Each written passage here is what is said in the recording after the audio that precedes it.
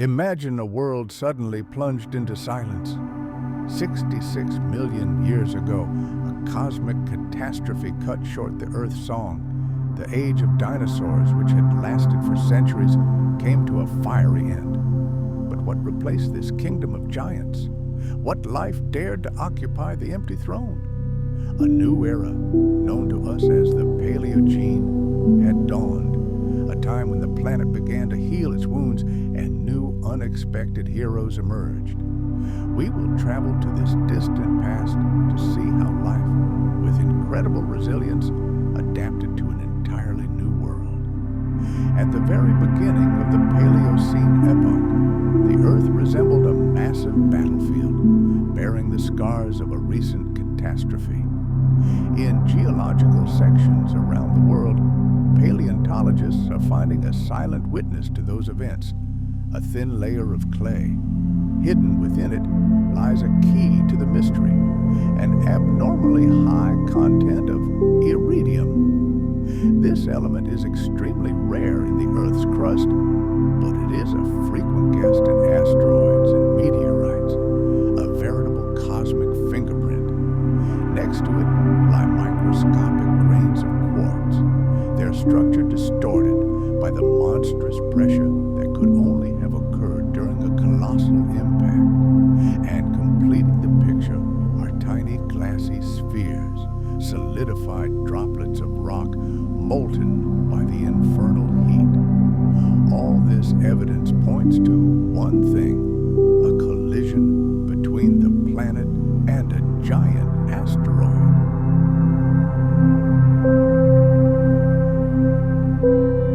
At the end of the Cretaceous period, the celestial body slammed into Earth, releasing energy millions of times greater than humanity's entire nuclear arsenal. Billions of tons of vaporized rock were ejected high into the atmosphere and then, cooling, fell back down, covering the planet in deadly ash. This layer, frozen in stone, became a geological boundary, a tombstone for one era and the cradle of another, the Paleogene. Studying the fossils above this fatal point, we see a picture of total devastation. The planet's biodiversity collapsed. Non-avian dinosaurs, which reigned supreme on land for hundreds of millions of years, vanished forever. Oceans, once teeming with life, became ghostly empty. Mighty sea reptiles like mosasaurs and plesiosaurs no longer plied their dark depths. Ammonites, the cephalopods whose coiled shells were a symbol of the ancient seas, vanished from the geological record as if they had never existed. Entire forests on land perished, and the plants that formed the basis of the Cretaceous food chain vanished. Of the entire diversity of vertebrates, insects, and plants, only a select few managed to survive the apocalypse. The landscapes that appear before us are bleak and lifeless.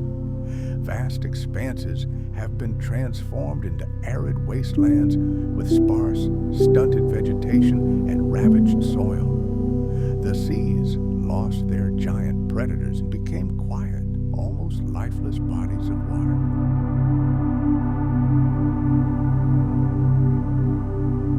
Perhaps one of the most telling testimonies to this catastrophe are the plant spores and pollen preserved in sediments. The first rock layers, formed immediately after the impact in North America and Europe, are literally choked with fern spores. These unpretentious plants are true pioneers of the scorched earth, capable of colonizing even bare, lifeless soils. Their triumph was short-lived, but it played a key role. By covering the land with a green carpet, ferns halted erosion and paved the way for the return of more complex life. Tens of thousands of years later, the landscape begins to change. Pollen analysis shows that angiosperms, or flowering plants, are slowly but surely returning to the world. Broadleaf trees, the ancestors of many modern species, are appearing, and the landscape is once again beginning to regain color and volume.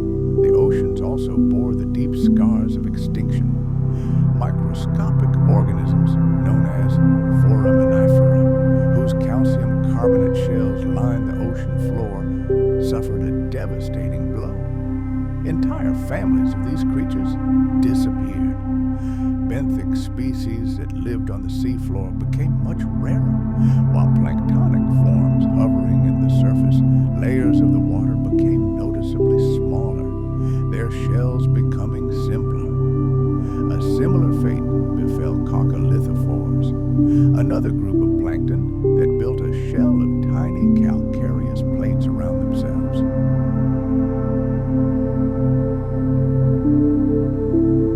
These microscopic creatures were the foundation of marine food chains and a crucial link in the global carbon cycle.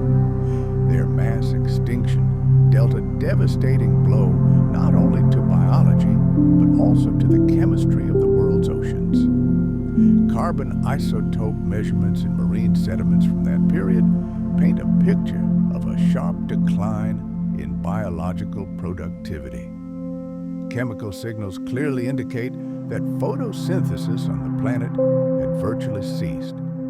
Dust and aerosols, kicked up into the atmosphere by the asteroid impact, blocked out the sun for years, perhaps decades.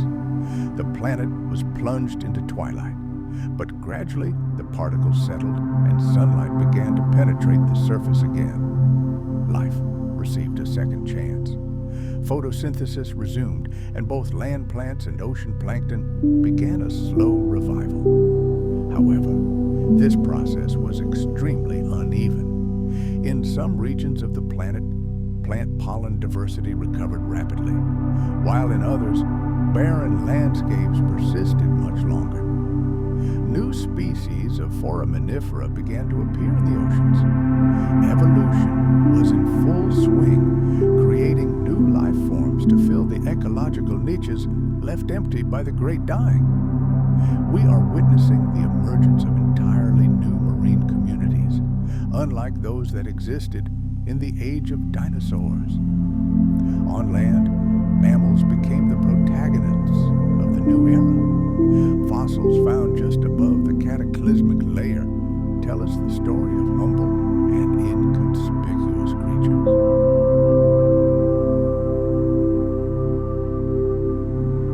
We see the remains of several species of primitive mammals with unspecialized teeth, as well as early placentals that were omnivorous and not fussy eaters. Some marsupials also survived, although they were significantly fewer in number. It's important to understand that none of these creatures were larger than a modern house cat. Their tiny size is direct evidence of harsh conditions. Resources were scarce, and the world was freed from the oppression of giant predators. Birds, direct descendants of dinosaurs, also survived the catastrophe and began their journey to prosperity. We find fossils of both terrestrial species and those that had already adapted to life in the trees. Together, these tiny mammals and birds began to timidly explore a world freed from giants, although their diversity was initially very modest. Surprisingly, freshwater ecosystems proved to be true oases of stability. Amphibians, turtles, and crocodiles seemed unaffected by the apocalypse. Their fossils are regularly found in Paleocene deposits, demonstrating remarkable resilience. Fish communities, however, underwent changes. Some species disappeared, but new ones took their place. Rivers and lakes became refuges, arks, in which many ancient lineages were able to survive global upheavals and preserve themselves for the future. The picture of this destroyed and resurgent world has been pieced together bit by bit, thanks to the work of scientists from a wide range of disciplines.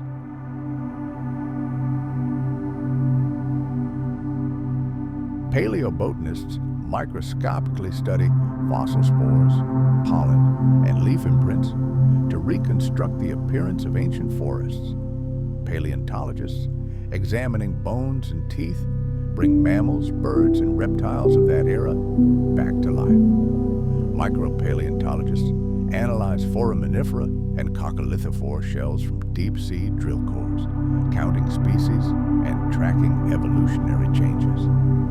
Geochemists measure carbon and oxygen isotopes to understand how climate and biosphere productivity changed. Stratigraphers compare rock layers in different parts of the world to construct a precise chronology of events. And the precise age of these layers is determined by radiometric dating of the volcanic ash that periodically covered ancient landscapes. Only by combining all this data can we peer into the past and understand the scale of what happened. This complex picture reveals that recovery unfolded differently. In western North America, pollen data suggest that forests regained their former diversity in less than 100,000 years, a blink of an eye in geological time. But in some regions of Europe, this process took much longer. In the southern hemisphere, the geological record is more discontinuous, but it points to similar patterns. In the Atlantic Ocean, plankton composition changed abruptly and dramatically, while in the Pacific Ocean, these changes were more gradual.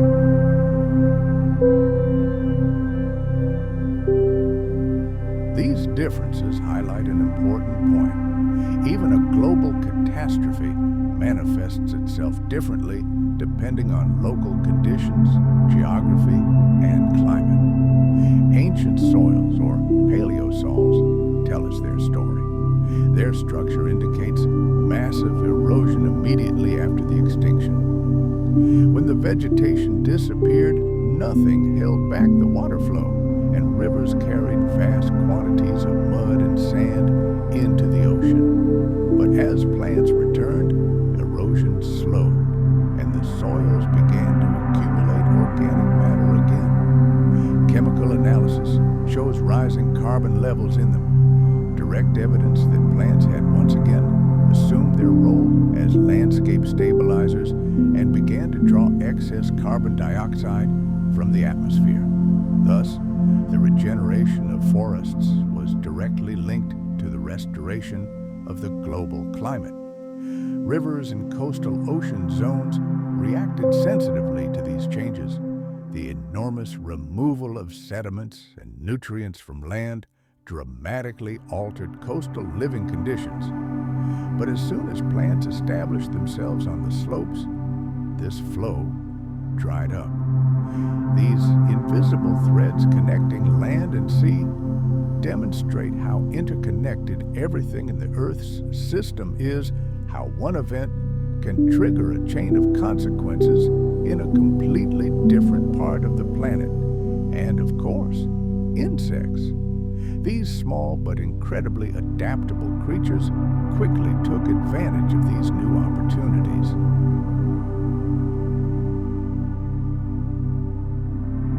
In frozen drops of Paleocene amber, we find beetles, ants, and flies, whose lives were already closely linked to flowering plants.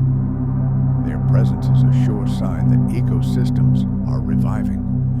Pollination and leaf-feeding processes were returning, meaning the forests were once again alive. Let's fast forward to the end of the Eocene, to a world on the threshold of great change. Here, in the south of the planet, once existing shallow straits, like fragile bridges, connected the continents. But tectonic forces have already set everything in motion. These channels, through which warm equatorial waters reach southern latitudes, are beginning to disappear. Imagine the warm, life-giving currents that warmed the coast of Antarctica for millions of years now face insurmountable obstacles. This is the beginning of a climate blockade of the southern continent. In the long term, this process will condemn Antarctica to eternal winter, covering it with gigantic ice sheets. But here, in the Paleogene, we are witnessing only the first steps of this chilling drama. Now let's look north. An equally grandiose picture is unfolding in the Atlantic. The ocean basin is expanding, the sea floor is literally moving moving apart, and new crust is being born from the Earth's scorching depths. The giant island of Greenland, like an ice ship, is setting sail from the shores of Europe, forever changing the current map between the Arctic ice cap and the warm waters of the Atlantic.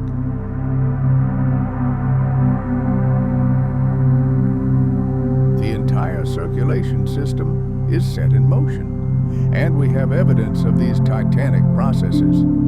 Seafloor cores taken from this region contain microscopic fossils whose composition has changed along with the water. These tiny skeletons are a veritable chronicle of the past, reflecting all the changes in the properties of water masses. By analyzing the chemical gradients between the surface and deep layers, scientists are able to peer into the past and understand how it all happened. Studies of deep-sea sediments paint a picture of colossal changes in how the ocean transported heat across the planet. This, in turn, directly influenced the climate on land, dictating weather patterns in ancient Europe and North America.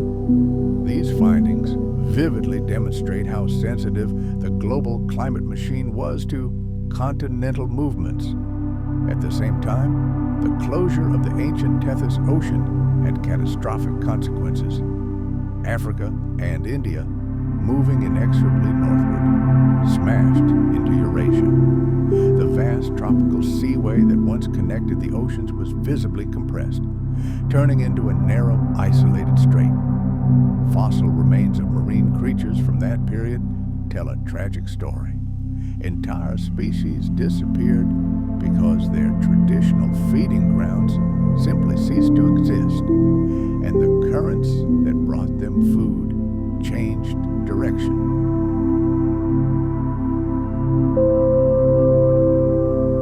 Geological layers in this region show sharp fluctuations in salinity and temperature, sure signs that water exchange between the future Atlantic and Indian Oceans had virtually ceased.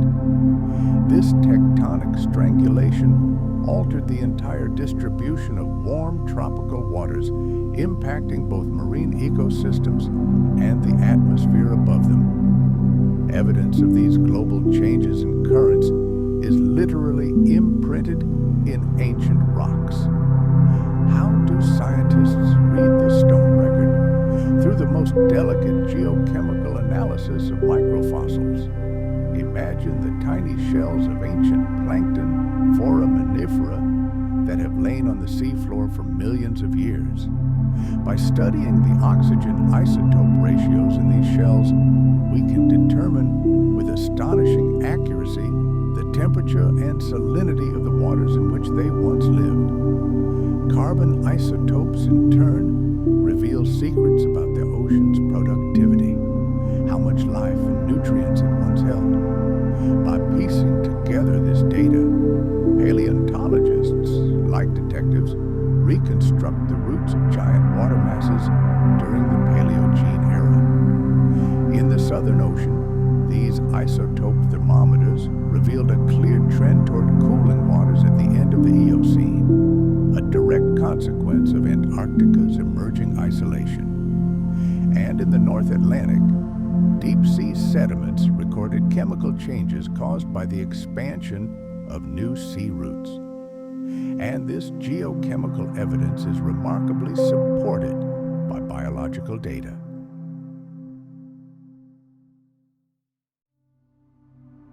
The composition of plankton and benthic communities shifted in precise accordance with shifting currents. Some species disappeared, while others replaced them, adapting to the new conditions. Ocean straits, or gateways, play a crucial, truly dramatic role in these processes. They control not only temperature, but also the delivery of nutrients, the basis of all marine life. Their importance to the underwater world cannot be overstated. When sea routes narrow or become blocked, water circulation slows, and nutrients are distributed unevenly. Entire regions can become underwater deserts. But when these roots widen, the mixing of waters intensifies and ecosystems flourish with renewed vigor. The fossil record is replete with such examples. In the dying Tethys Ocean, the narrowing of the straits led to a sharp decline in plankton diversity. In the Atlantic, conversely, the opening of new waterways triggered an explosion of productivity. These contrasts are evident in both the composition of microscopic fossils and the chemical composition of seafloor sediments. They clearly demonstrate how continental movement indirectly controls life simply by altering water flow patterns. Moreover, changes in circulation trigger a chain reaction of climate feedbacks. Reduced heat transfer to Antarctica contributes to its gradual glaciation, and increased mixing of waters in other parts of the ocean affects the global carbon cycle, which affects the entire planet's climate.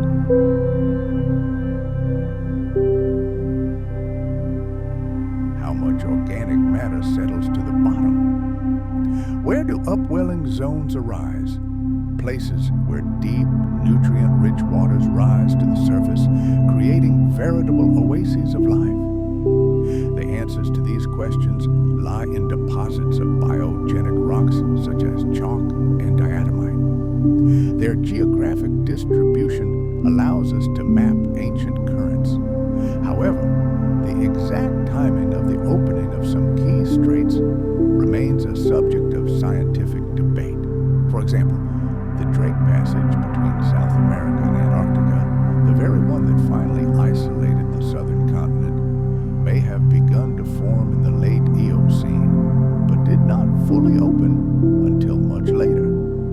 The Tasmanian Gateway between Australia and Antarctica is also a source of debate, with some evidence suggesting that shallow water communication there arose earlier than previously thought.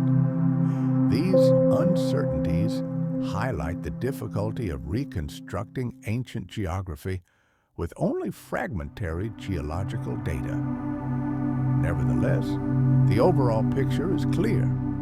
By the end of the Eocene, dramatic changes were occurring in the southern part of the world ocean, ushering in a new circulation system. And the fossil remains of marine life provide living proof of this. We see planktonic foraminiferous species carried by new currents, dispersing to new regions. And benthic organisms are sensitive to changes in oxygen levels in deep waters. Even the distribution of coral reefs reflects these global trends.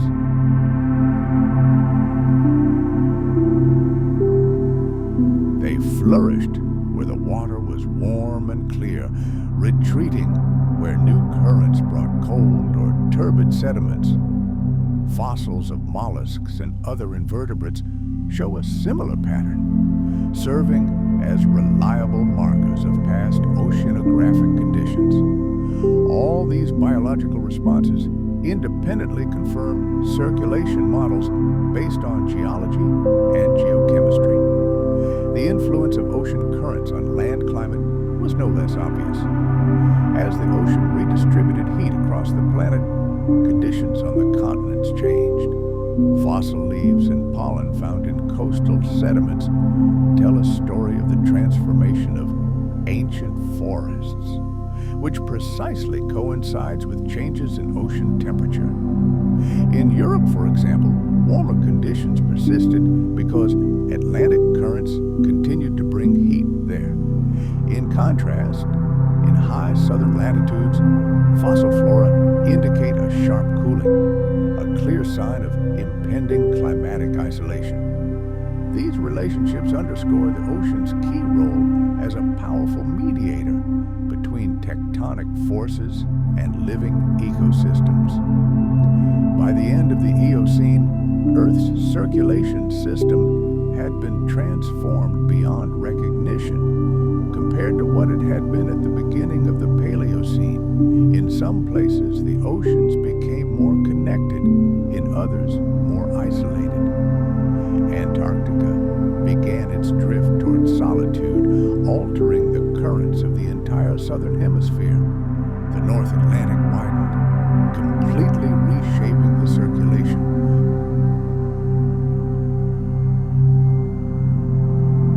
And the Great Tethys Ocean narrowed to the point of disappearing entirely, ending the East-West tropical exchange.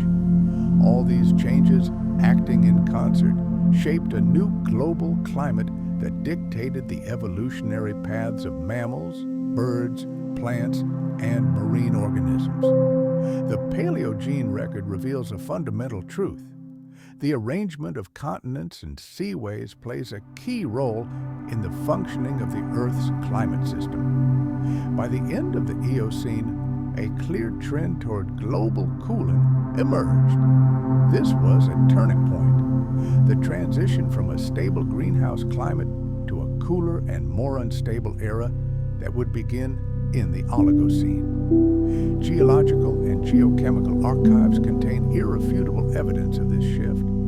Oxygen isotope data in the shells of benthic foraminifera reflect both a drop in deep sea temperatures and the onset of the first glaciers in Antarctica.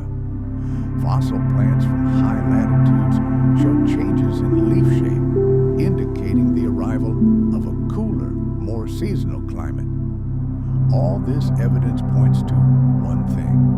The Earth system, which had been stable for tens of millions of years, began to change. There are several powerful mechanisms driving this cooling of the planet.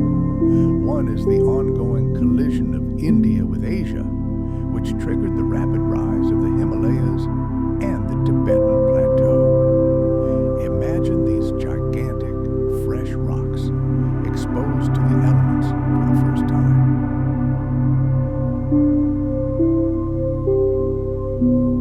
They were subjected to intense chemical weathering, which, like a giant pump, sucked carbon dioxide out of the atmosphere and stored it in ocean sediments. This reduction in atmospheric greenhouse gas concentrations slowly but surely cooled the planet. Sediments from rivers flowing down the growing Himalayas contain vast quantities of weathering products, confirming the colossal scale of this process. Enhanced weathering acted like a global thermostat, gradually lowering temperatures. Ocean circulation also played a decisive role. We've already seen how currents influenced Antarctica's climate. As South America and Australia drifted away from it, shallow water connections disappeared, allowing a powerful circumpolar current to form. Like a wall, it isolated Antarctica from warm waters and air masses from the north. Marine isotope data clearly confirmed the cooling trend in the Southern Ocean, which began precisely at this time. The world stood on the threshold of a new glacial period. Let's fast forward to the South Pole of our planet, to an era when Antarctica was not yet the icy, silent continent we know today. Although eternal ice caps have not yet completely enshrouded it, the world around us is changing. The atmosphere itself, the currents themselves, are preparing the ground for the onset of a great glaciation. Even the fiery depths of the Earth play a role in this monumental process.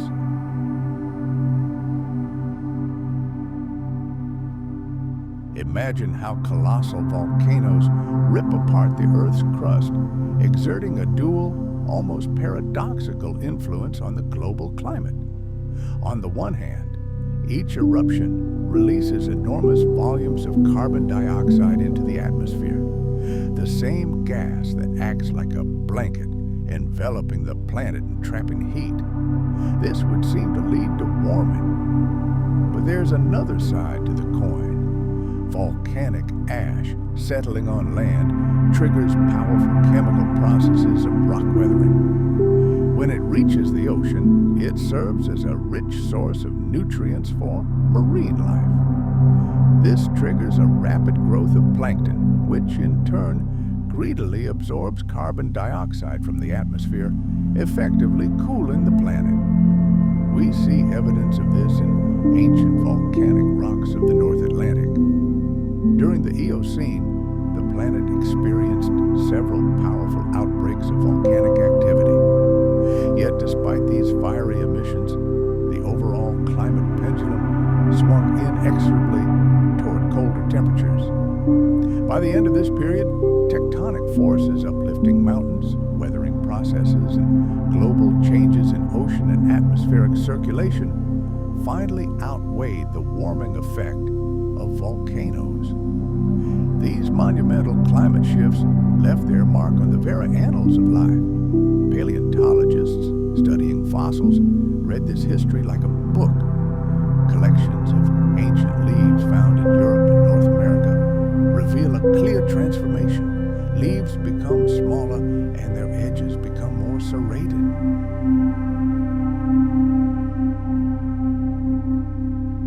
This is a sure sign of adaptation to cooler and harsher conditions. The microscopic world of pollen confirms this picture, testifying to the emergence of plants accustomed to pronounced seasonal changes. No less dramatic changes are taking place in the deep sea. The composition of microscopic plankton communities is changing before our eyes.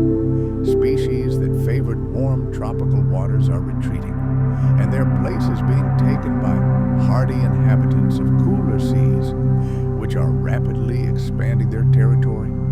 All these biological signals serve as living confirmation of the geochemical data that screams of global cooling. Mammals, the planet's new masters, were also forced to respond to these challenges. In some parts of the world, we're seeing a striking trend. Animals are getting larger. This is a direct consequence of cooling, known as Bergmann's rule. The larger the body, the easier it is to conserve precious heat. Fossilized teeth of ancient animals tell us another part of this story. The story of their changing diets. Vegetation changed, becoming tougher and less nutritious. Herbivores had to adapt, their jaws and teeth evolving to cope with this new food. And predators in turn had to change their hunting tactics to track down new, faster, and more resilient prey. Of course, these changes weren't uniform across the globe, but they clearly demonstrate how global climate trends are becoming the primary sculptor of evolution.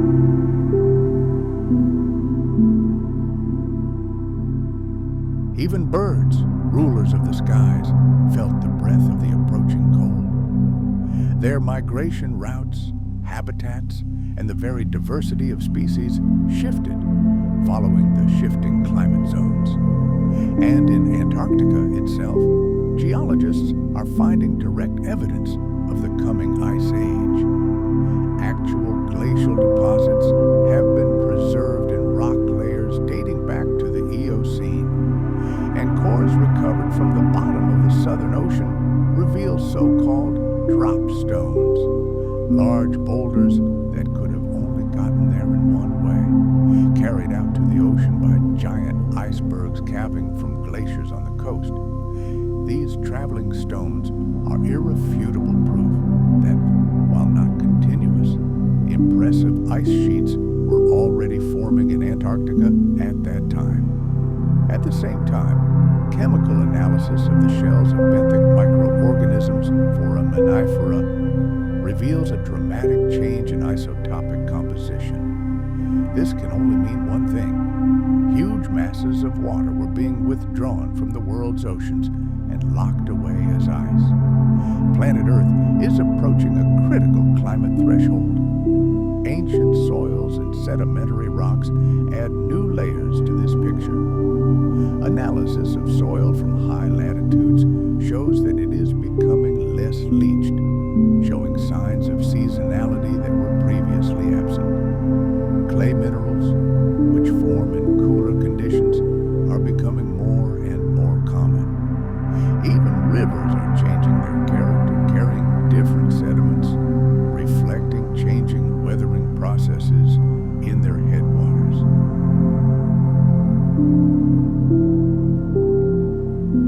All this data collected on land is perfectly consistent with marine evidence, proving that the cooling was not a regional phenomenon, but a global trend. However, scientists still debate the speed of these changes. Some findings suggest that cooling began slowly and gradually in the mid-Eocene.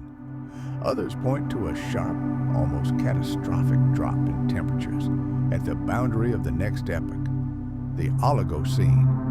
Perhaps the truth lies somewhere in between, and this process occurred at different speeds in different parts of the planet. But almost everyone agrees on one thing. Something changed approximately 34 million years ago.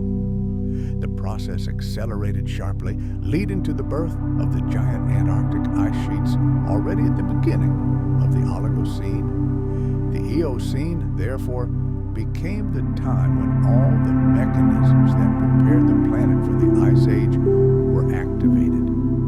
Evidence from around the world confirms this global shift. In North America, mammal fossils from the so-called Cedronian stage demonstrate a change in fauna. Forest dwellers were replaced by animals adapted to more open, steppe landscapes and cooler climates. In Europe, at the famous Grand Pura site, scientists have found clear traces of this transition, which led to dramatic changes in the animal and plant worlds. In Asia, paleontological finds indicate the spread of species adapted to drier, cooler steppes. All these regional sketches add up to a grand narrative of a world on the brink of great change.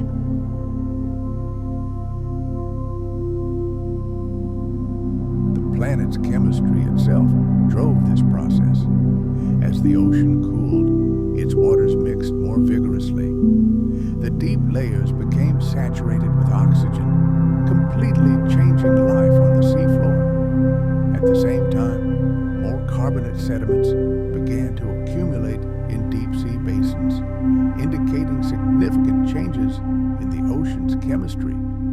These processes, in turn, affected the global carbon cycle, further contributing to the planet's cooling. By the end of the Eocene, Earth was no longer the uniformly warm greenhouse world it had been for millions of years before. Now fossils, isotopic analysis, and sedimentary rocks paint a picture of a cooler world, a world where seasons emerged, where vegetation had changed, and where the first glaciers already shone at the South Pole. The transition was not yet complete, but its direction was clear.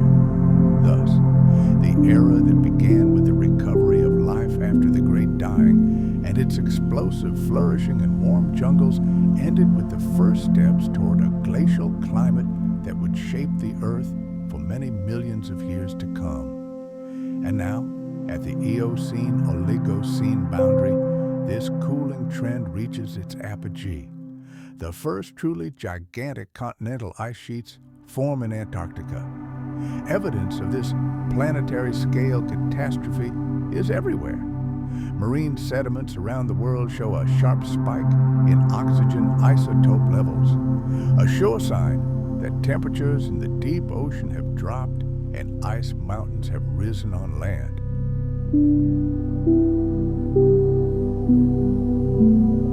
Those same traveling rocks, carried by icebergs, reappear in the Southern Ocean. This moment marks the final transition from a warm climate to the glacial era that will dominate the remainder of the Cenozoic era. The growth of ice caps is leading to a sharp drop in global sea levels. Water trapped in Antarctic ice was withdrawn from the oceans, and coastlines retreated tens of meters. We see traces of this in the form of ancient marine terraces and sedimentary deposits. The sea's retreat exposed vast tracts of continental shelf, completely changing the habitat for countless marine organisms. Coral reefs, which rely on warm, shallow waters to survive, were particularly hard hit. Their habitat rapidly shrank, and many simply conditions reshaped entire continents. Analysis of ancient pollen shows that the number of heat-loving plants declined sharply, replaced by hardier, cold-tolerant species. Grasses began their triumphant march across the planet, although true savannas were still to come. Fossil leaves from Europe and North America confirm this picture. They became smaller and more toothed. Forests still covered vast areas, but their composition changed. More and more deciduous trees emerged, capable of surviving the cold winter, and this in turn changed the rules of the game for everyone who lived in these forests. Mammals, birds, and insects. What caused this great glaciation?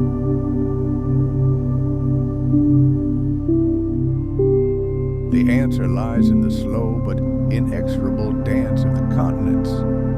South America and Australia continued to drift, moving ever further away from Antarctica. The ocean channels between them widened, eventually forming a single passage around the southern continent. This allowed the powerful Antarctic circumpolar current to emerge. Like a giant ice moat, it cut Antarctica off from the warm waters flowing from the equator.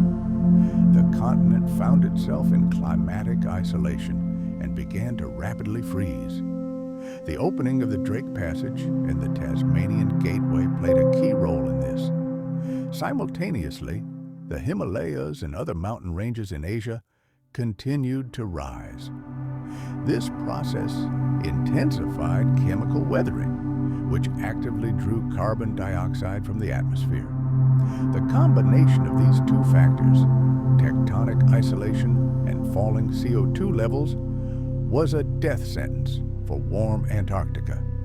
Marine ecosystems responded immediately to these global changes. Plankton communities reorganized to survive in cooler, nutrient-rich waters. Bottom-dwelling organisms such as foraminifera experienced a true crisis that forever altered their diversity. The world was entering a new, harsher, and colder era. Colossal changes are brewing in the depths of the world's oceans, signaling a complete reorganization of underwater life. We are witnessing the transformation of the entire water circulation system.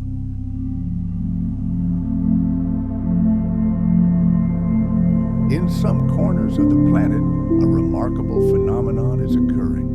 The level of carbonate compensation is deepening. Simply put, the ocean's chemistry is painfully adapting to a new reality, a more aggressive atmosphere and overall cooling. All these complex geochemical and biological processes are nothing more than a desperate attempt by ocean systems to rebuild themselves under the pressure of a rapidly changing environment.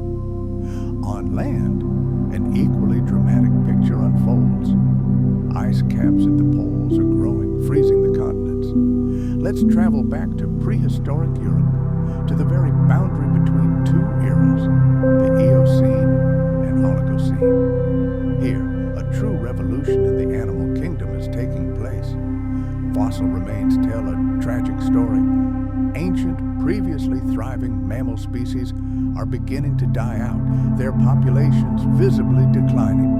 But nature abhors a vacuum. In their place, new, more resilient groups of animals emerge, true conquerors from Asia. This great exchange of fauna reflects not only global cooling, but also how animals used land bridges between continents for migration. What about North America? Here, too, we're witnessing a similar transformation. Mammal communities are forced to adapt to entirely new conditions. Dense, humid forests have given way to more open, arid landscapes with distinct seasonal cycles. These global changes demonstrate how icy cold and a parching climate are mercilessly reshaping entire continents and their ecosystems.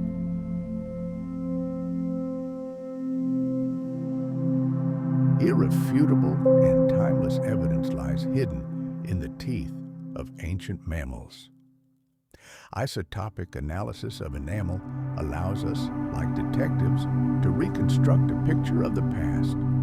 For example, carbon isotope values indicate that animals increasingly fed on plants that had learned to survive in cool, dry climates. At the same time, oxygen isotopes in their teeth act as a kind of barometer of the past, reflecting changes in rainfall and average temperature.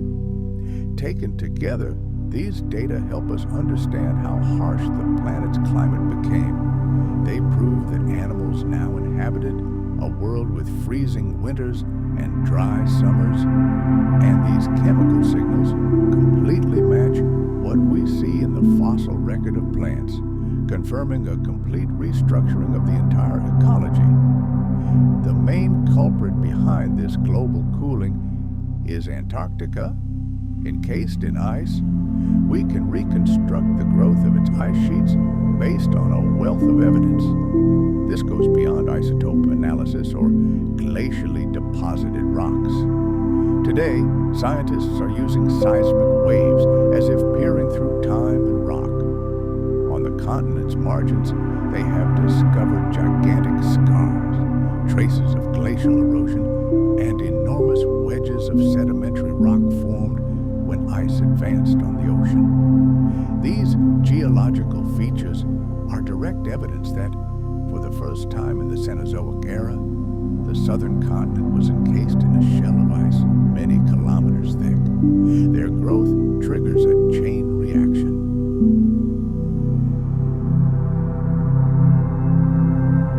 The snow-white ice caps act like a giant mirror, reflecting solar heat back into space and further cooling the planet. A powerful feedback loop between the ice, the atmosphere, and ocean current circulation occurs, plunging the Earth into a completely new climate state. This is no longer the warm, hothouse world of previous eras. Let's journey across this new cooling planet to appreciate the scale of the changes.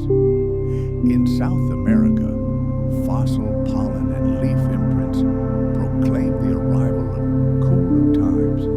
In Africa, mammals are rapidly evolving, adapting to expanding savannas and open spaces. New animal species are invading Europe from Asia, forever changing the local fauna. And in North America, fossils point to an increasingly harsh climate with sharply changing seasons. All these regional dramas are but echoes of a single global process, triggered by the glaciation of Antarctica. This transition to an icehouse world at the Eocene-Oligocene boundary is one of the greatest climatic upheavals in Earth's history. It vividly demonstrates how sensitive our planet is to continental drift, greenhouse gas concentrations, and polar ice caps. The Paleogene is ending, and the planet on which it ends is no longer at all like the one that was at its beginning. The world that marked the beginning of our era is gone forever.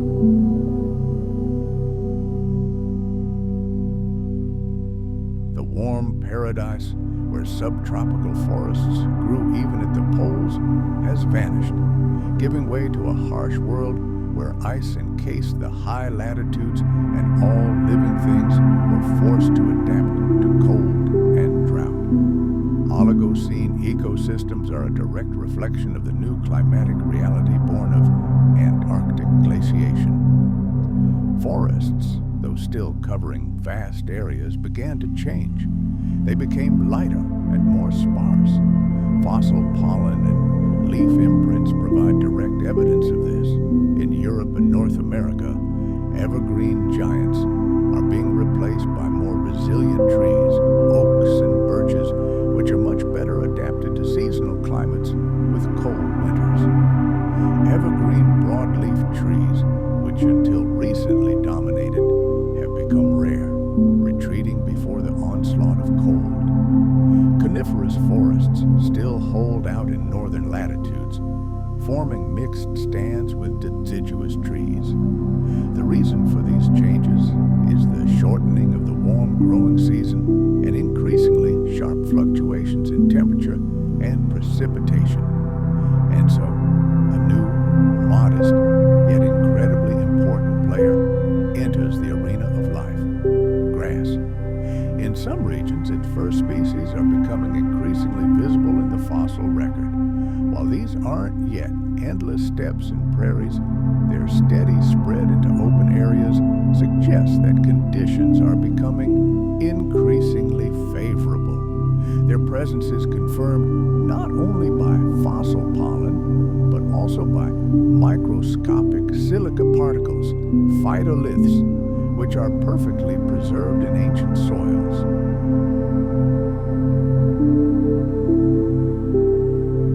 Grass has its own superpowers.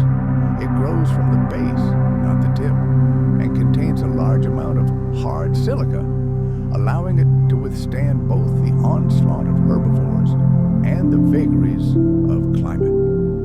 Its gradual spread during the Oligocene marked the first step toward the creation of entirely new ecosystems, where grass would play a central role. The animal kingdom immediately responded to the change in diet. Among herbivorous mammals, we observe noticeable changes in dental structure. Evolution writes its history right on their crowns. In some species, teeth become taller and stronger, ideally suited for grinding tough, abrasive vegetation. These are the earliest signs of a radical shift in diet, which will become even more evident in subsequent eras. Fossil remains from North America, Europe, and Asia reveal the full diversity of the new fauna. From early horses that had not yet reached their modern size, to close relatives of deer, to agile antelope-like creatures, predators weren't far behind. Early representatives of the modern order, carnivora, emerge, while representatives of more ancient groups, such as creodonts, still hunt alongside them. A new, fragile balance is established between herbivores and carnivores, forming complex food webs in these open and seasonal landscapes. Birds are also adapting to the new reality. Fossils show that forests remain teeming with nesting birds, but at the same time, entirely new. Terrestrial forms are emerging, exploring open spaces.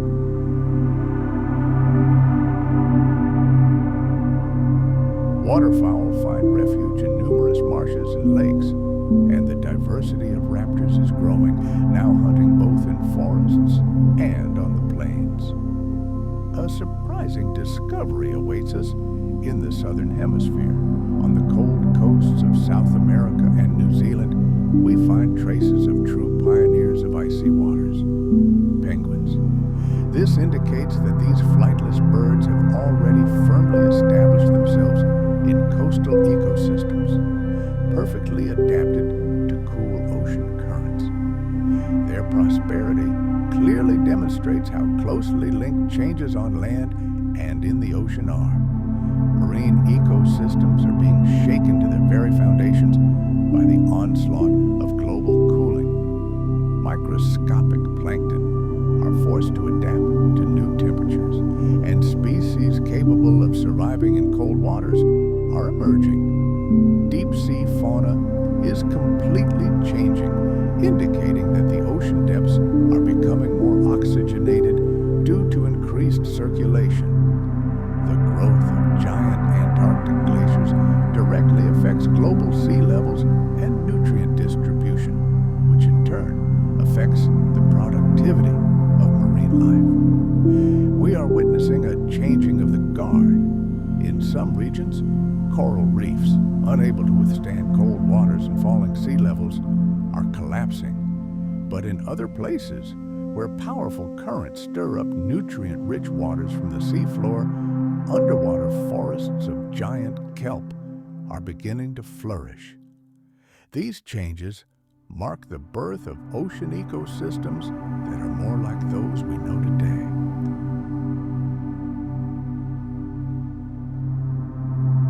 Each layer of sedimentary rock is a page in the book of Earth's history, and geochemical analysis allows us to read it.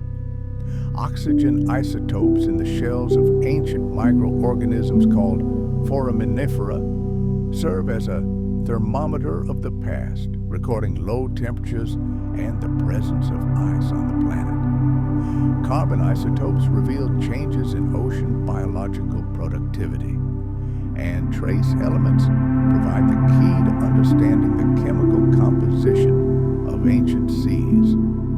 All this data paints a picture of a world in which the climate has become harsher and more unpredictable, and ecosystems are desperately struggling to survive. On land, ancient soils and river sediments echo this story. They reveal traces of drier conditions, such as carbonate spheres that form only in semi-arid climates. Rivers carry sediments that indicate seasonality of rainfall, and fossil plants buried in these sediments confirm that only the most resilient species survive. These unique geological records allow scientists to trace step by step how landscape evolution on different continents was inextricably linked to global climatic upheavals. The images revealed in the fossil record from different regions of the planet vividly illustrate how the rules of the game changed dramatically for all life during the Oligocene. Let's travel back to ancient Europe. Imagine the Great Migration, but on an animal scale.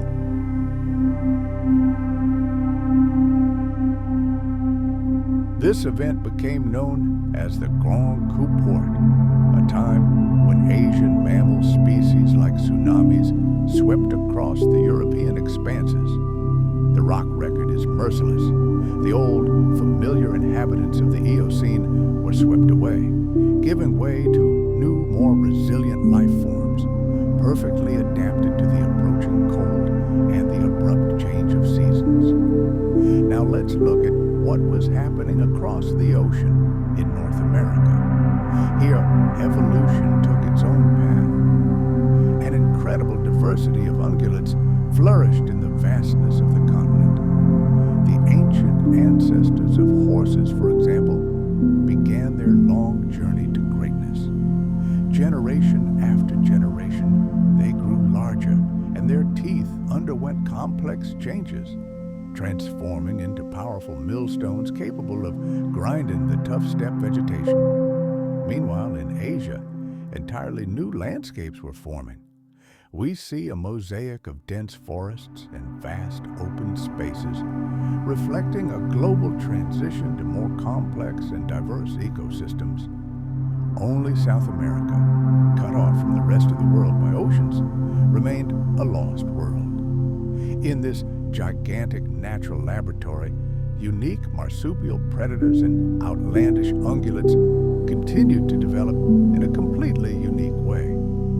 Now let's turn our gaze to the planet's southernmost point, Antarctica.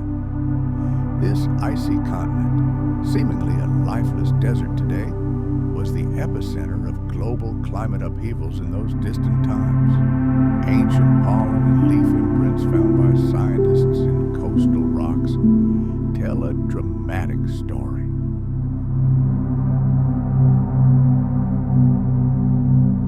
It's a story of how warm forests gave way to colder weather and only the most resilient survived. Communities of hardy shrubs and conifers capable of clinging to life in these increasingly harsh conditions. Marine sediments around the continent bear the scars left by melting ice and giant glaciers, providing irrefutable evidence that here at the South Pole, colossal ice sheets formed, encasing the entire continent. These data reveal an inextricable link between the growth of the ice cap and how life in the oceans and on land in this part of the world changed. Meanwhile, a different drama was unfolding in the depths of the world's oceans.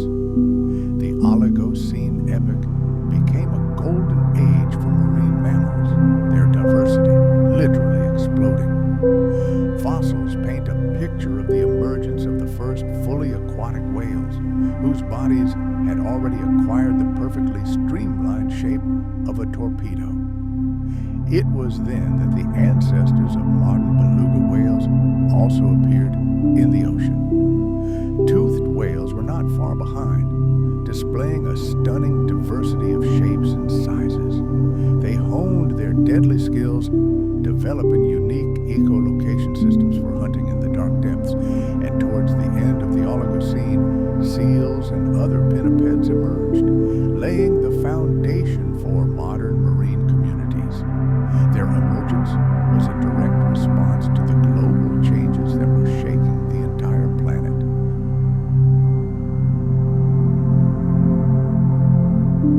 New ocean currents and the reorganization of food chains created ideal conditions for these new masters of the seas. Among the birds of that time, we see true giants. Some regions of the earth were home to enormous, flightless forms, including the ancient ancestors of many modern birds. Fossilized remains of ancient parrots and owls leave no doubt about their ancient origins. But the most astonishing sight awaited us in the southern hemisphere. Imagine penguins as tall as a man. Fossil skeletons found in New Zealand and Peru indicate that these birds reached heights of over 5 feet. True giants, they thrived in cold, food-rich waters formed by strong ocean currents. This is a striking example of how climate and geology directly influence the course of evolution. By the end of the Oligocene, the world was no longer the same. The planet had become significantly cooler, drier, and the seasons far more pronounced. Forests still covered vast areas, but their composition had completely changed. Open plains and savannas spread everywhere, and animals demonstrated an incredible ability to adapt to these new conditions. The oceans teemed with life, and marine communities became increasingly similar to those we know today. Whales, seals, and giant penguins shared the waters with sharks, bony fish, and countless invertebrates.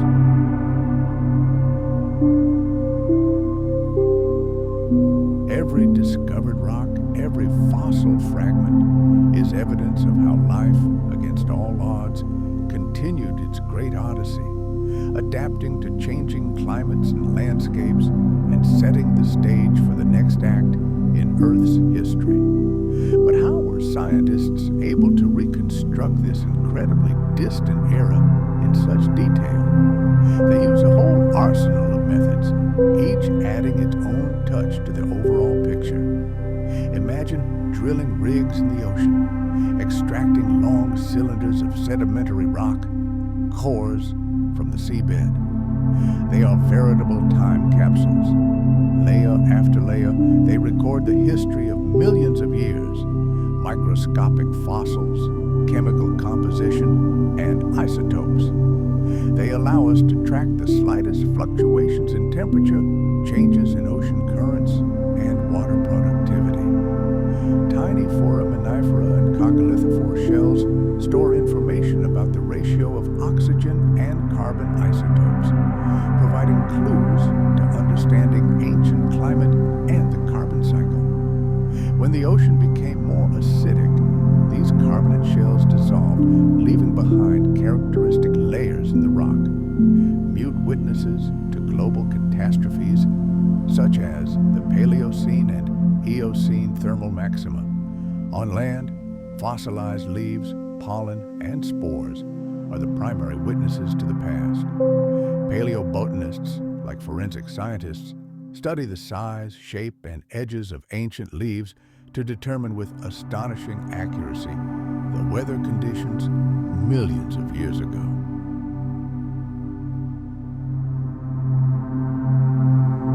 Large leaves with smooth edges are a sign of a warm, humid climate, while smaller leaflets with serrated edges indicate cooler or drier conditions. Microscopic pollen grains preserved in sediments create their own plant history. They tell the story of how, after the extinction of the dinosaurs, the kingdom of ferns emerged on the planet, and then, over millions of years, the dominance gradually shifted to flowering plants. These tiny particles are incredibly valuable to science. They are abundant, durable, and easily transported by the wind, allowing us to create detailed maps of the vegetation of the ancient world. Fossil remains of vertebrates offer a window into the evolution of living creatures. Mammalian teeth are particularly revealing. Their cusps, ridges, and wear marks provide a veritable biography of an animal, revealing details about its diet and lifestyle.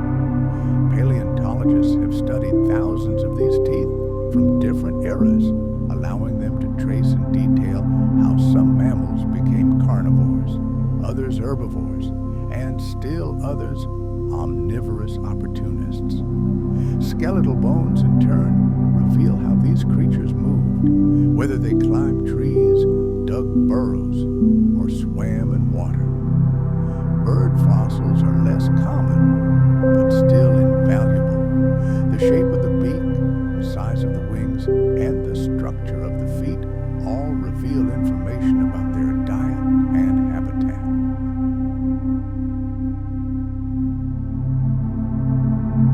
It is from these fragmentary finds that the fascinating evolutionary sagas of primates, bats, and whales have been reconstructed, demonstrating how their ancestors explored new worlds and opportunities. During the Paleogene Era, nature gifted scientists with another amazing source of knowledge: amber. This fossilized resin, like a tiny mausoleum, preserved the smallest details of ancient life. Insects, spiders, and plant fragments frozen in eternity allow us to glimpse into the world of ecological interactions on a microscopic scale. Pieces of amber from Paleocene and Eocene forests have contained ancient pollinators with pollen grains stuck to their bodies, leaves bearing insect bites, and even the remains of small lizards. All this suggests that complex natural networks, pollination, predation, parasitism, were already operating back then in much the same way as they do today. Ancient soils, or plesiosaurs, preserved in sedimentary rocks, reveal secrets of prehistoric landscapes. Their color, structure, and chemical composition can reveal information about vegetation, rainfall, and temperatures. For example, carbonate deposits indicate an arid climate, while clay-rich layers indicate humid conditions and severe flooding. Carbon isotopes in these ancient soils can even reveal atmospheric carbon dioxide levels millions of years ago. Geophysics gives us a view of the big picture on a planetary scale.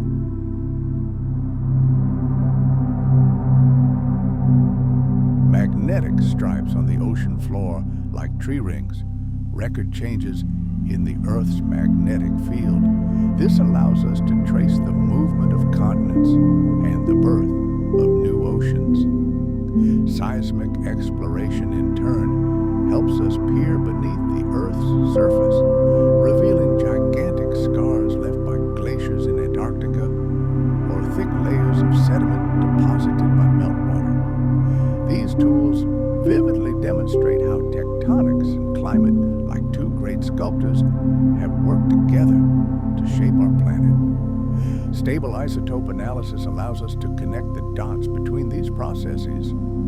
Strontium isotopes, for example, help us understand the balance between ocean floor growth and continental weathering, while neodymium isotopes point to deep water sources, tracking changes in global ocean circulation. However, scientists always remember that each of these methods has its limitations and uncertainties, and only by integrating all the data can they get closer to a true picture of the distant past.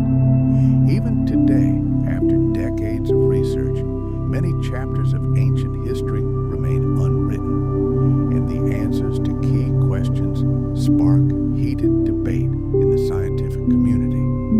Imagine scientists poring over an ancient world map, trying to determine the precise moment when the continents drifted apart, opening up new ocean straits.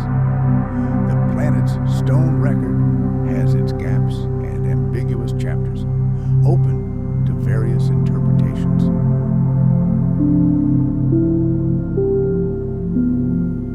The debate continues to rage over what caused the colossal global warming event known as the Paleocene-Eocene thermal maximum. What exactly triggered this climate cataclysm? Various theories have been put forward. Some researchers point to gigantic underwater deposits of frozen methane that could have suddenly been released, poisoning the atmosphere.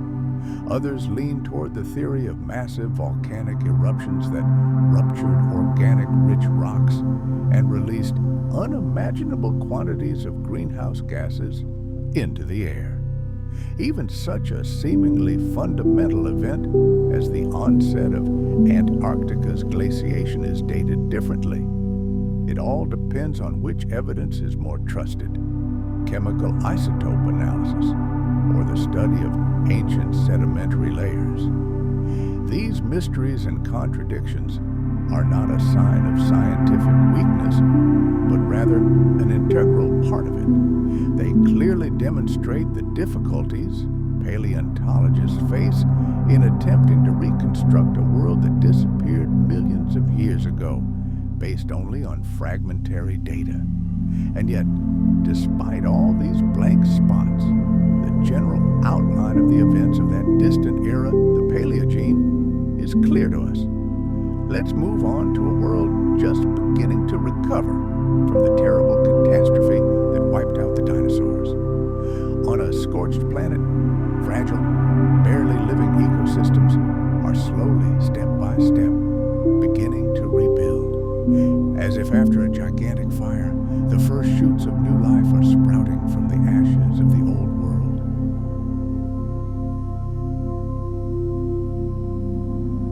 Forests, destroyed by fire and acid rain, are once again reaching for the sun. Soil, washed away by floods, is regaining stability. And in the oceans, microscopic plankton is reviving, the foundation on which an entirely new aquatic world will be built. It is at this moment that new heroes appear on the stage of history.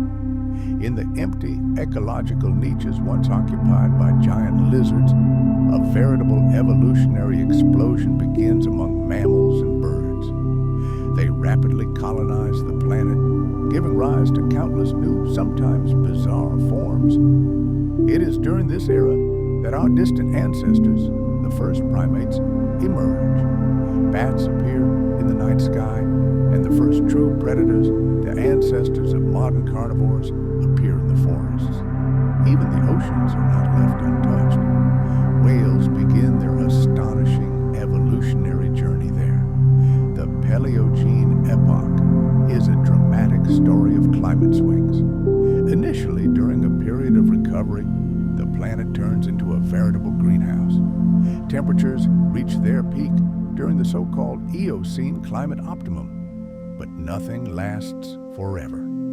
Tectonic shifts and global geochemical processes trigger a new cycle, a slow but inexorable cooling that will forever change the face of the Earth. Toward the end of the next period, the Oligocene, the Antarctic ice sheet begins to form at the planet's south pole. This gigantic natural ice sheet locks in billions of tons of water, and sea levels begin to fall.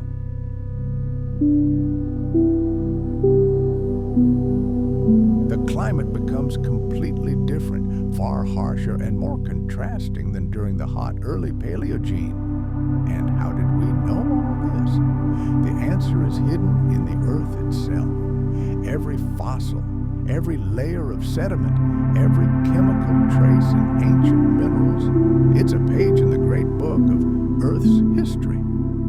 Every fragment of this mosaic, even the most seemingly insignificant, helps us see the bigger picture. And this picture is astounding. We see before us a world that was never static, a world that was in constant motion, in perpetual transformation. The Paleogene is a great hymn to resilience and change. It is an era when life, having survived near annihilation, found the strength to recover and become even more diverse. It is a time when the climate evolved from extreme heat to the first glaciers. During this time, the continents continued their slow journey, gradually occupying the places on the map we know today. The study of these ancient clues continues to this day, and each new discovery expands our understanding of how our planet is structured and the incredible dramas that played out on it long before the advent of humans. Imagine a world learning to live anew. Here, in the ruins of an ancient era, the first, still fragile, food chains are emerging. New predators emerge to hunt, targeting small vertebrates, nimble mammals, and the first birds that dared to occupy the desolate world. This is the beginning of a new order, a new era of the struggle for survival.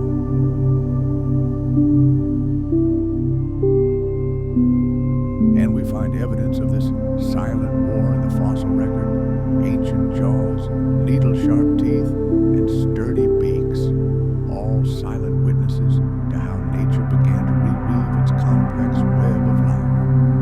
Gradually, as if awakening from a long slumber, the planet is once again donning its green robes.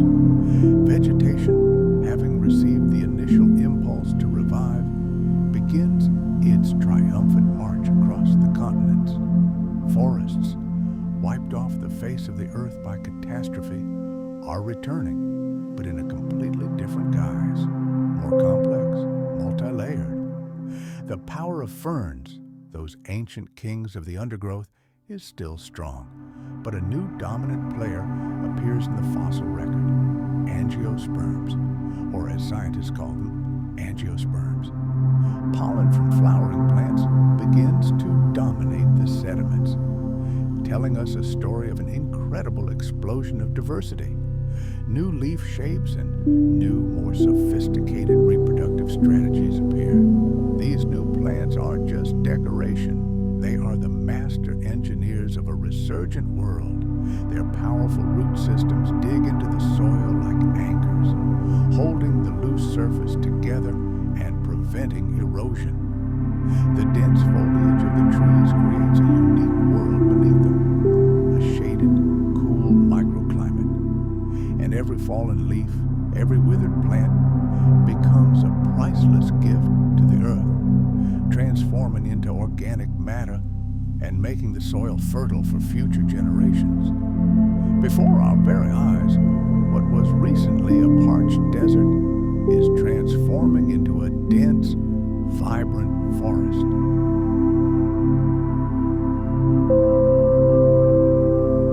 Plesiosaurs, ancient layers of soil preserved within rock, bear witness to this monumental process. Like the pages of a stone book, they tell us their story. Their chemical analysis reveals how organic matter accumulated, giving the soil life. Their texture preserves the imprints of roots that penetrated ever deeper, stabilizing the landscape. Carbon isotopes in these ancient soils scream out that photosynthesis was gaining momentum as the planet's green mass increased with each millennium. The forest floor, this carpet of fallen leaves, becomes a veritable feast for a whole army of fungi and microorganisms. These unseen workers, decomposers, return nutrients back to the soil, completing the great circle of life and nourishing plants for their continued growth.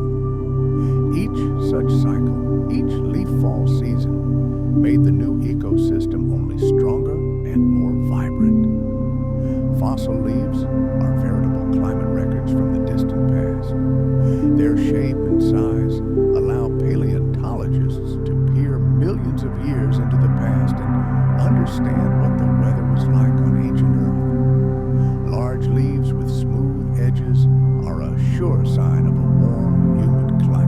a veritable paradise for vegetation. Small serrated leaflets, however, indicate cooler or more seasonal conditions. In early Paleocene deposits, we ubiquitously find broad, smooth leaves, evidence that the planet was experiencing a warm era, ideal for thriving forests.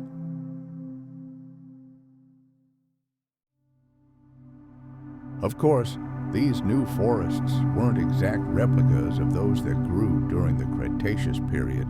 Too many species disappeared forever.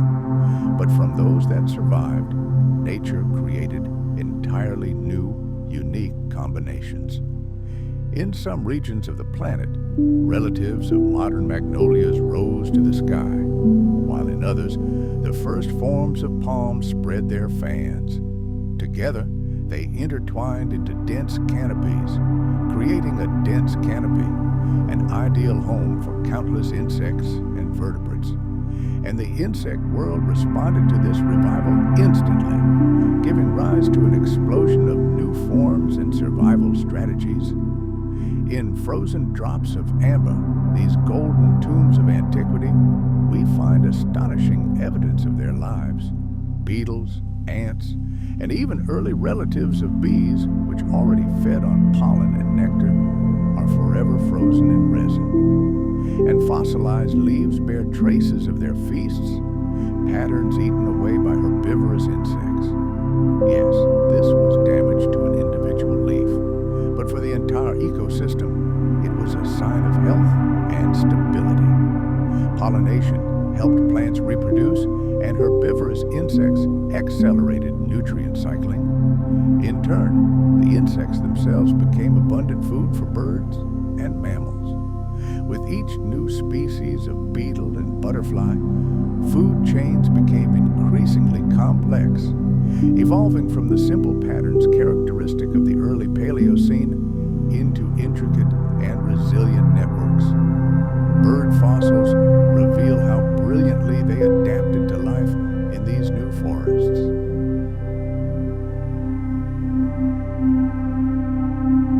Some species have feet perfectly designed for perching on branches.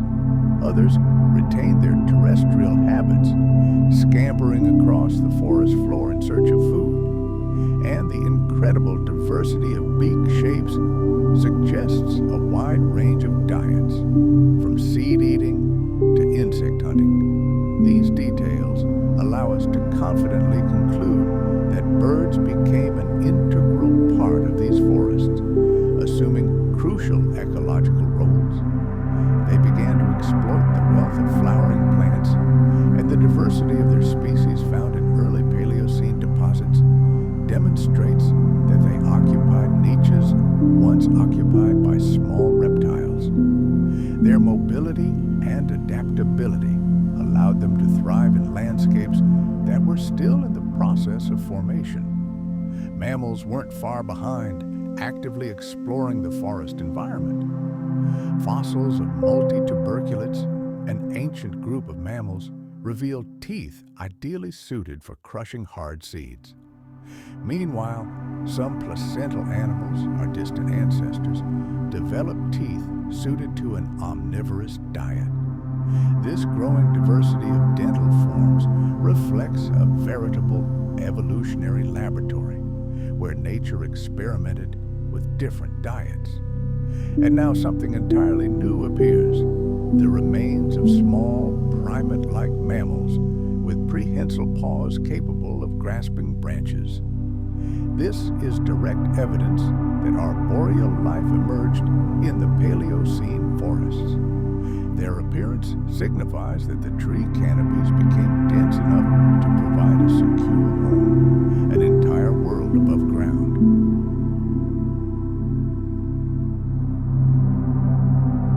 These agile creatures fed on the fruits and insects abundantly provided by flowering plants, creating an inseparable link between the animal and plant kingdoms. The restoration of plant life occurred across the planet, but at its own pace and with its own characteristics in each region. For example, in North America, pollen and analysis shows that the diversity of flowering plants increased incredibly rapidly. However, in Europe, as fossil evidence shows, the return to their former richness was somewhat slower. We have less data on the southern hemisphere, but rare, perfectly preserved leaves from South America leave no doubt that flowering plants were widespread there as well. Each continent, like an artist, created its own forests from the palette of surviving species available to it, forming unique and imitable ecosystems. These regional differences highlight an important point. Although the overall trend toward restoration was global, the details of this process could vary greatly across the continents. But we shouldn't forget the ancient giants, the conifers. They also remained an important part of many forests. Pines, cypresses, and their relatives survived the Great Dying and continued to thrive, especially in northern high-latitude regions. Their presence alongside flowering plants testifies to the richness and complexity of the new plant world.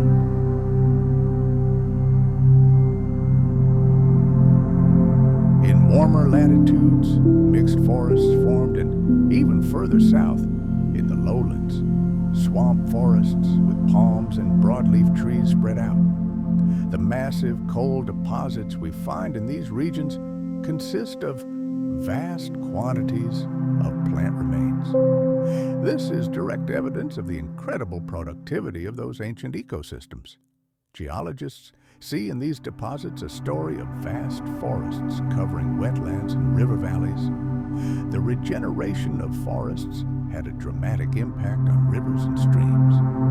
Tree root systems like rebar strengthened the banks, dramatically reducing the amount of dirt and sand entering the water. The rivers became cleaner. Organic matter from fallen leaves entering the water altered its chemical composition and served as food for aquatic organisms. Fossil finds from early Paleocene coal swamps contain not only plant remains, but also fossils of freshwater fauna, demonstrating the intimate connection between the terrestrial and aquatic worlds. These findings demonstrate how forests can profoundly alter landscapes far beyond their boundaries, and geochemistry confirms this picture. Analysis of carbon isotopes in organic sediments shows a sharp increase as plant productivity increased. The planet began to breathe deeply again. Nitrogen isotopes in bottom sediments in turn reflect the complex nutrient cycling in soils and rivers. All these chemical signals, like gauges on a tachometer, point to the gradual stabilization of terrestrial ecosystems.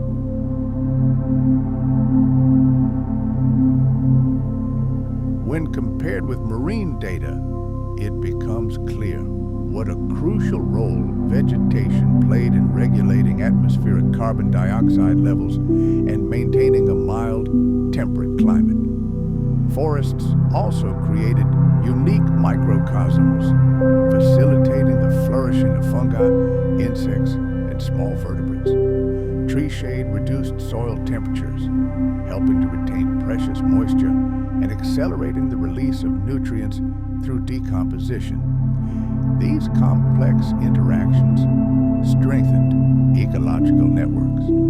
Over time, the forest canopy became denser, the understory more diverse, and the forest floor accumulated ever thicker layers of organic matter.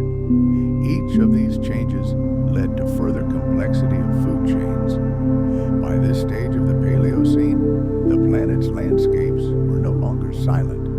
No, they were now filled with life. The hum of structured forests in which plants, insects, birds, and mammals interacted in increasingly complex and astonishing ways. Fossil pollen, leaves, amber, and bones all provide irrefutable evidence of this transformation, evidence that life on land was steadily recovering from its complete destruction. As forests expanded and soils became more stable, food webs became increasingly complex. Let's recall what they were like at the very beginning of the Paleocene.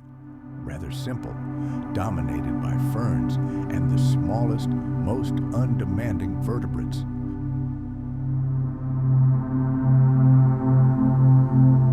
But with the triumph of flowering plants and the explosion of insect diversity, ecological networks began to acquire a complex, multi-layered structure.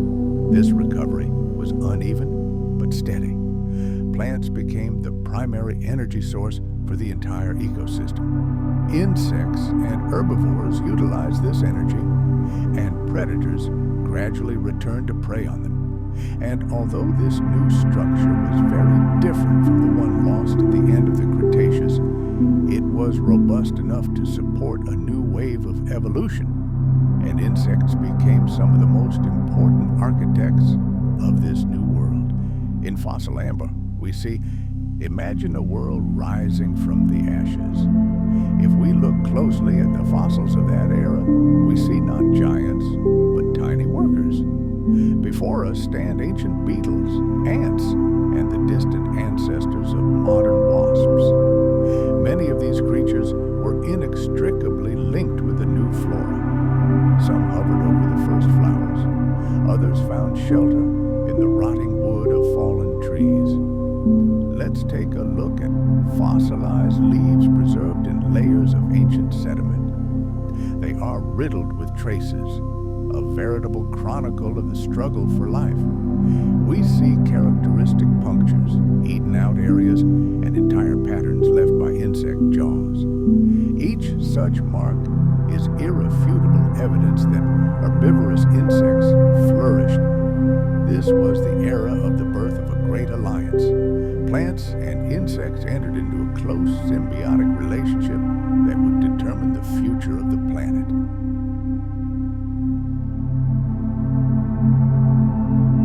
It was this tandem, where some pollinate and others disperse seeds, that became the engine that allowed forests to recover after the global catastrophe. In turn, the explosion in insect populations created a veritable feast for other creatures. They became a stable and abundant source of protein for small vertebrates. And the first to take advantage of this abundance were birds.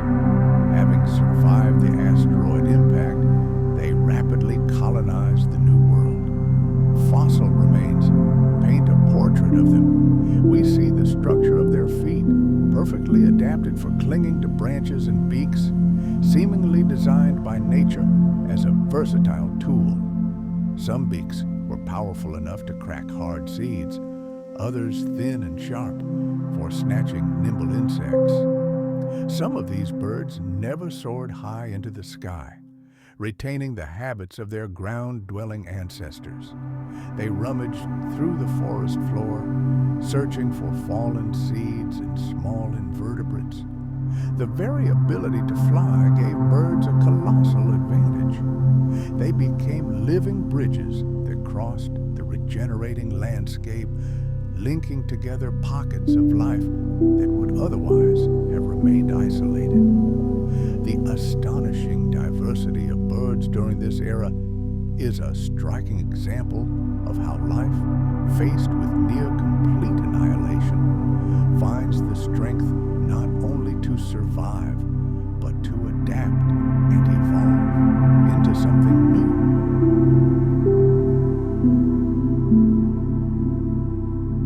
By studying early Paleocene deposits, we uncover a captivating saga of the first vertebrates who came to the forefront after the age of giant reptiles ended.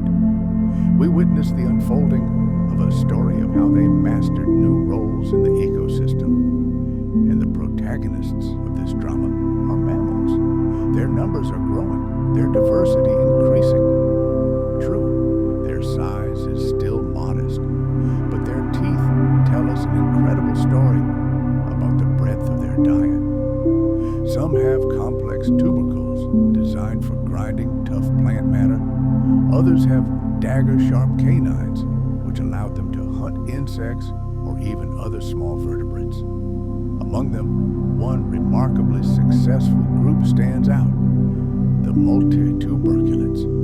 Their mouthparts, with complex, almost rodent-like teeth, allowed them to thrive. At the same time, placental mammals began their great evolutionary experiment, giving rise to forms that millions of years later would evolve into ungulates, carnivores, and even primates. Marsupials, although less widespread, continue to hold their own in certain corners of the planet. Fossil jaws and limb bones are more than just remains. They provide evidence of mammals exploring a wide range of lifestyles, from rock climbing to burrowing. And as these groups expanded, the relationship between hunters and their prey became increasingly tense and complex. A new arms race began.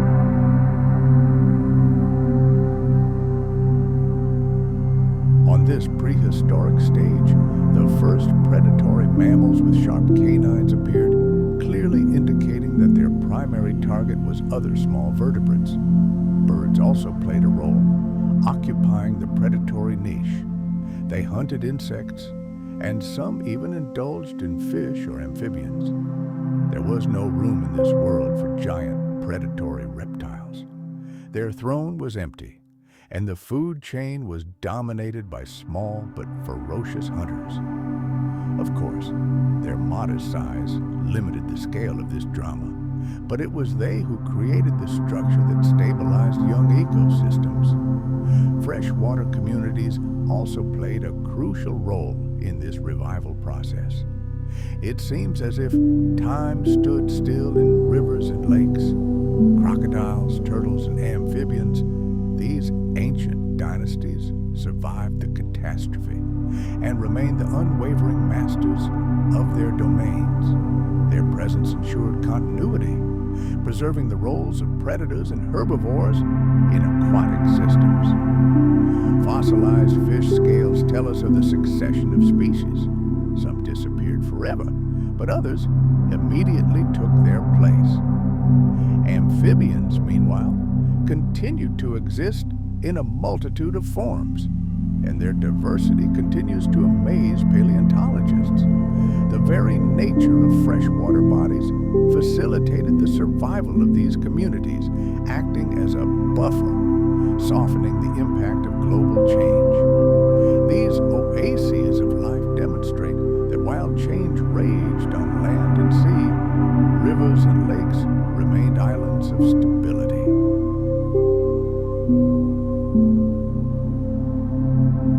Marine food webs recovered much more slowly, but the process was steady, stage after stage. The first to recover were plankton communities, the microscopic organisms that form the very foundation of the marine ecosystem. Groups such as foraminifera and coccolithophores continually gave rise to new species, and we continually find these microscopic fossils in core samples drilled from the ocean floor. Their return signaled the next links in the chain. Zooplankton and small fish appeared, which in turn became food for larger predators. Fossil fish bones found in deep sea sediments illustrate how their diet and abundance changed, indicating a relatively rapid recovery of ocean ecosystems.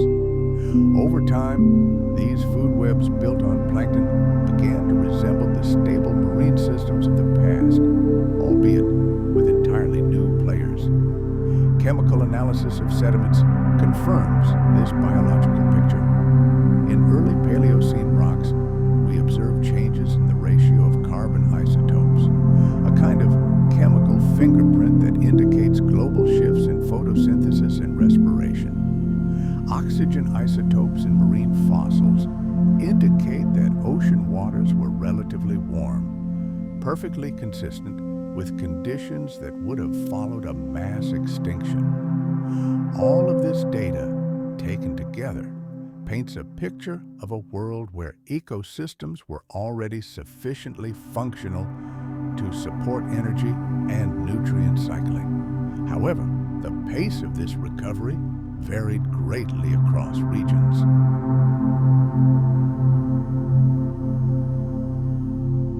In North America, mammals adapted at incredible speed, eagerly filling the ecological niches vacated by giant reptiles. In Europe, fossil leaves bearing insect bite marks indicate that complex interactions between plants and animals developed very early. And in South America and Antarctica, where the fossil record is less complete, we see that marsupials and other early mammals made their presence felt even earlier. These different scenarios demonstrate how geography and climate dictated the reorganization of food webs. In these new landscapes, ecosystems are still modest. The forests are young, and their canopies are not as dense as those of later eras. Mammals are still small in size. Birds occupy only specific narrow niches, and reptiles are dominated primarily by crocodiles and turtles. In the oceans, plankton diversity is increasing, but has not yet reached its peak. And yet, even at such reduced scales, food webs are already multi-layered and fully functional. Energy flows from plants to insects, from them to vertebrates. In water, from plankton to fish, and onto aquatic predators. These networks were sufficient to support the development of ecosystems and lay the foundation for the far greater changes that were yet to come. The Paleocene created the conditions for a quiet but incredibly significant expansion of mammals. Freed from the shadow of the giants, they began their long journey to dominance on Earth.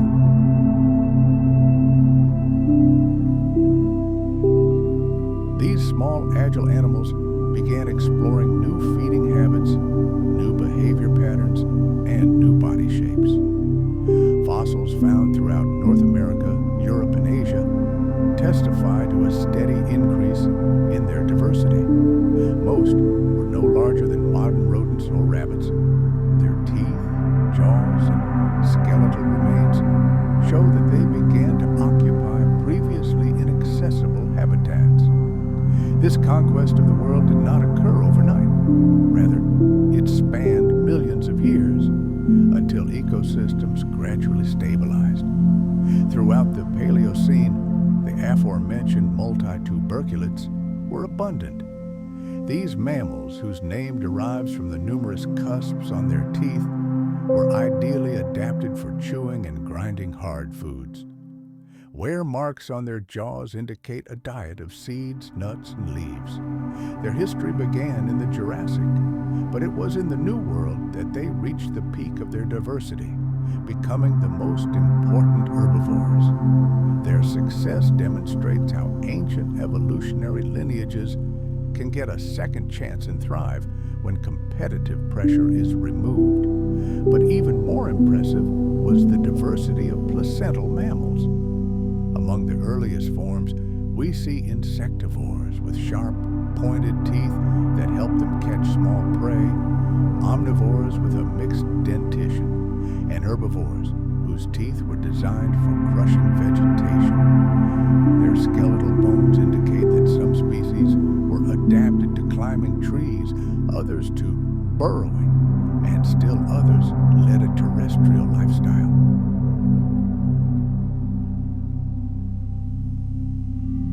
Among these ancient placentals were the direct ancestors of ungulates, primates, and carnivores. Their diversity has been recorded in fossil-rich deposits in western North America, as well as in various parts of Europe and Asia. It was this explosion of diversity in the Paleocene that set the stage for an even greater flowering of life in the following era, the Eocene.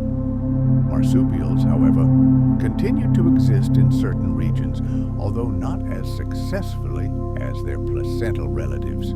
Fossil remains from South America and Australia show that they were still present and retained their diversity, despite the total dominance of placentals in the North northern hemisphere. Their persistence demonstrates that different reproductive strategies can coexist, each of which can be successful under certain conditions. In South America, marsupials even evolved into forms that occupied the niche of large predators, foreshadowing further astonishing evolutionary turns. Teeth are one of the most precise and eloquent testimonies to this growing diversity. Paleontologists, like detectives, can identify species and entire families by studying the structure of cusps, wear surfaces, and jaw mechanics. And teeth from Paleocene deposits speak volumes about a true revolution in diet. Some mammals acquired veritable millstones for grinding fibrous plants. Others retained sharp blades for hunting insects. And still others combined these functions, becoming generalist omnivores.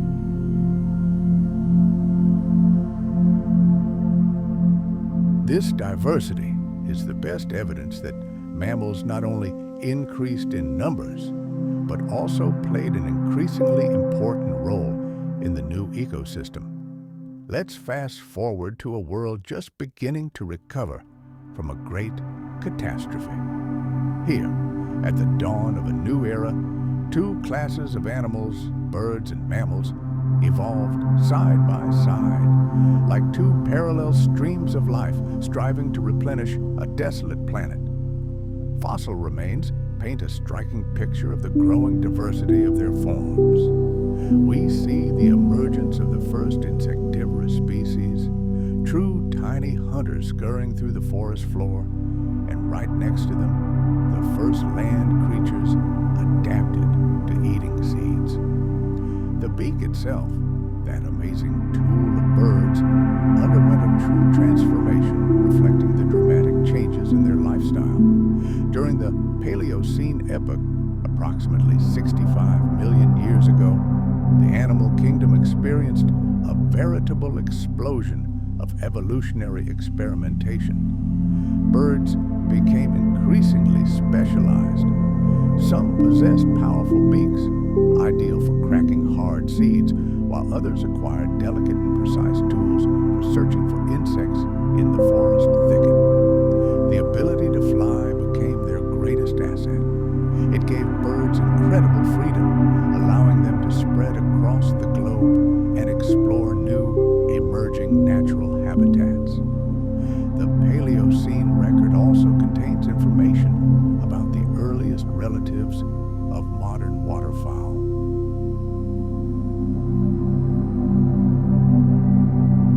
This tells us that ancient lakes and coastal areas became true cradles for their diversity, offering countless opportunities for evolution. In those distant times, both mammals and birds were primarily modest-sized creatures.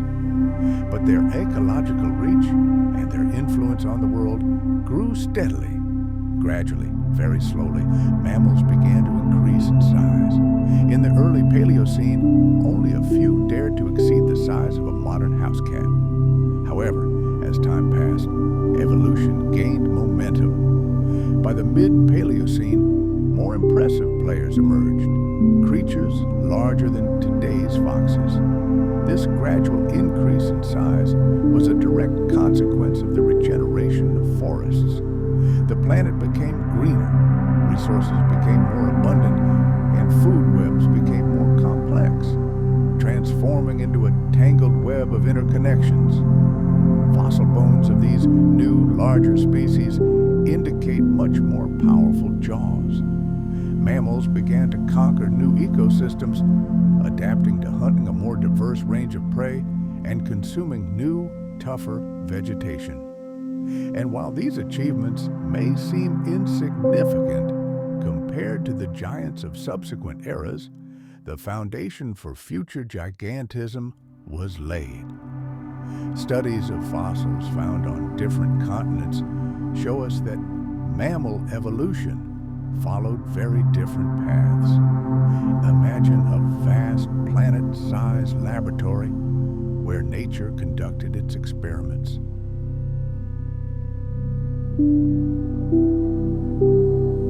North America, in the Denver Basin, we witness a continuous relay race of life that led to a colossal explosion of diversity during the Paleocene. In Europe, deposits in the Paris Basin tell us an equally compelling story of this explosive development. In Asia, fossil evidence speaks of the triumphant advance of placental mammals and their adaptation to new roles in the ecosystem.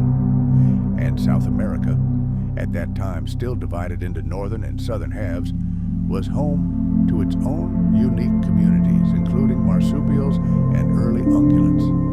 In every corner of the world, mammals were mastering new ecological niches, discovering new horizons. During this era, the landscape occupied by animals was constantly changing depending on local conditions. And this biological drama has its silent witnesses, rocks and minerals. Geochemical data fully confirms what we see in the fossil record. Carbon isotope analysis of ancient soils and sediments shows that plant productivity steadily increased during this period, creating a powerful energy base for expanding food webs.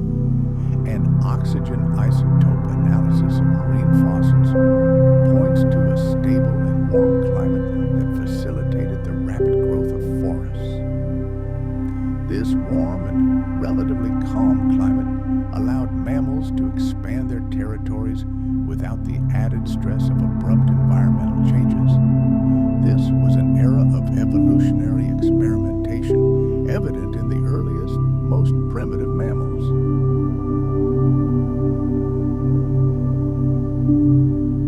Fossilized teeth with rounded edges indicate a predilection for fruit consumption, and skeletal structure reveals adaptations for tree climbing and grasping. These features provide clear evidence that some mammals had already begun to colonize new forest layers made accessible by the spread of flowering trees.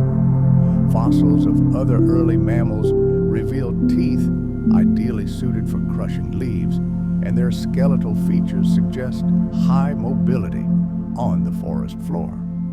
At the same time, the first predators also appear in the fossil record. Their sharp, cutting teeth were designed for hunting insects and small vertebrates. Each of these groups represents a distinct branch on the tree of life, beginning to specialize in its own unique method of survival. Bird diversity is also documented, not only by skeletons, but also by so-called trace materials. Eggshell fragments, feather impressions, and even fossilized droppings or coprolites provide scientists with invaluable indirect evidence of their presence and habits. These records allow us to gain a much deeper understanding of the evolution of birds in this ancient world. By combining these data with skeletal finds, we can reconstruct vivid images of bird communities that adapted to life in forests, marshes, and along coastlines. Their role in seed dispersal and pest control was critical to the consolidation of this new ecological network. Fossil communities show that ecosystems in the Paleocene were already surprisingly well structured.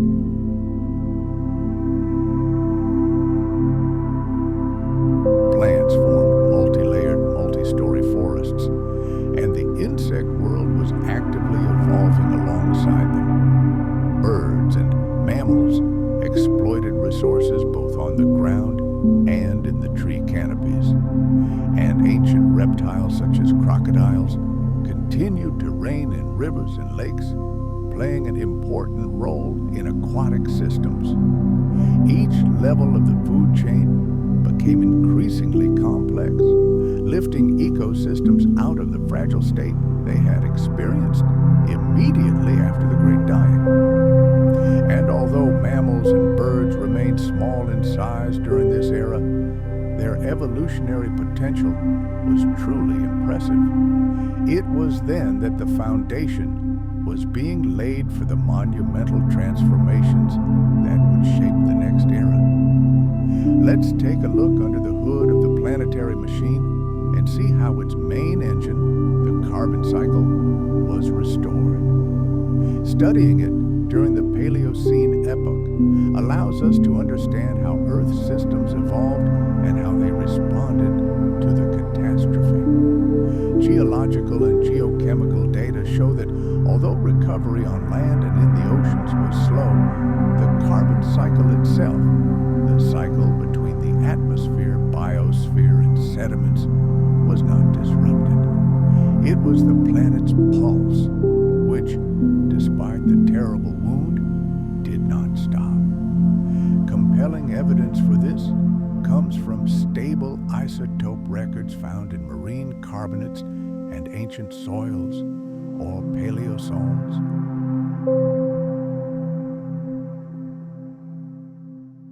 These records demonstrate that primary productivity, the ability of plants and plankton to create organic matter, decreased sharply immediately after the asteroid impact. But then it steadily increased as vegetation and plankton communities in the ocean recovered. While these processes occurred at different rates in different regions of the planet, the overall picture suggests that the carbon cycle stabilized in the early Paleocene and caused gradual warming.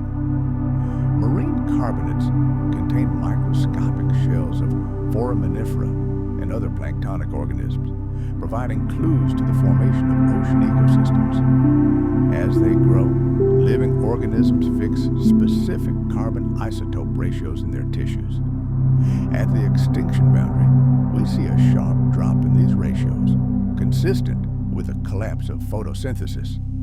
But over the next several 100,000 years, isotope values begin to rise again, indicating a revival of life and increased productivity.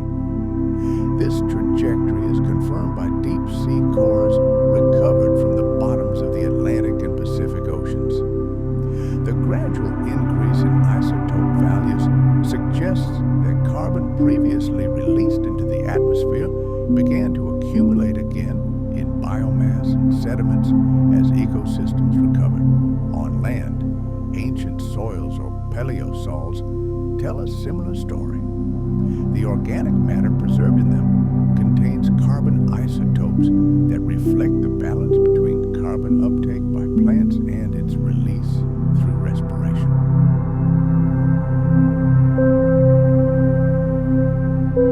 Early Paleocene soils show depleted reserves, consistent with a world with limited vegetation. But as forests expanded, isotopic values increased, indicating increasingly high photosynthetic activity. These changes occurred in parallel with what we see in fossil pollen, which documents the triumphant spread of flowering plants and the restoration of diverse forests. Comparison of data from land and oceans confirms the main conclusion. During the Paleocene, the planet's carbon cycle became increasingly stable. The gradual warming trend during that era is also closely linked to the nature of the carbon cycle. After the dust and aerosols raised by the impact settled, greenhouse gases once again became the primary force determining climate. Fossil leaves provide a veritable climate record of this shift. The density of tiny pores, or stomata, on the leaf surface was directly related to the carbon dioxide content of the atmosphere, and fossil leaves from the Paleocene epoch indicate elevated carbon dioxide concentrations. Oxygen isotope ratios in seashells indicate relatively high ocean temperatures during this period, supporting the hypothesis of a strong greenhouse effect.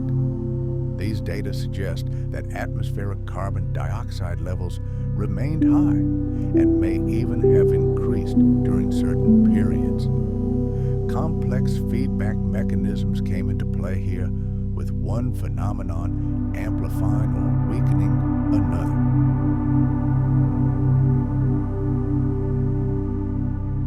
As forests recovered, they absorbed carbon dioxide from the atmosphere through photosynthesis, storing it in wood and soil.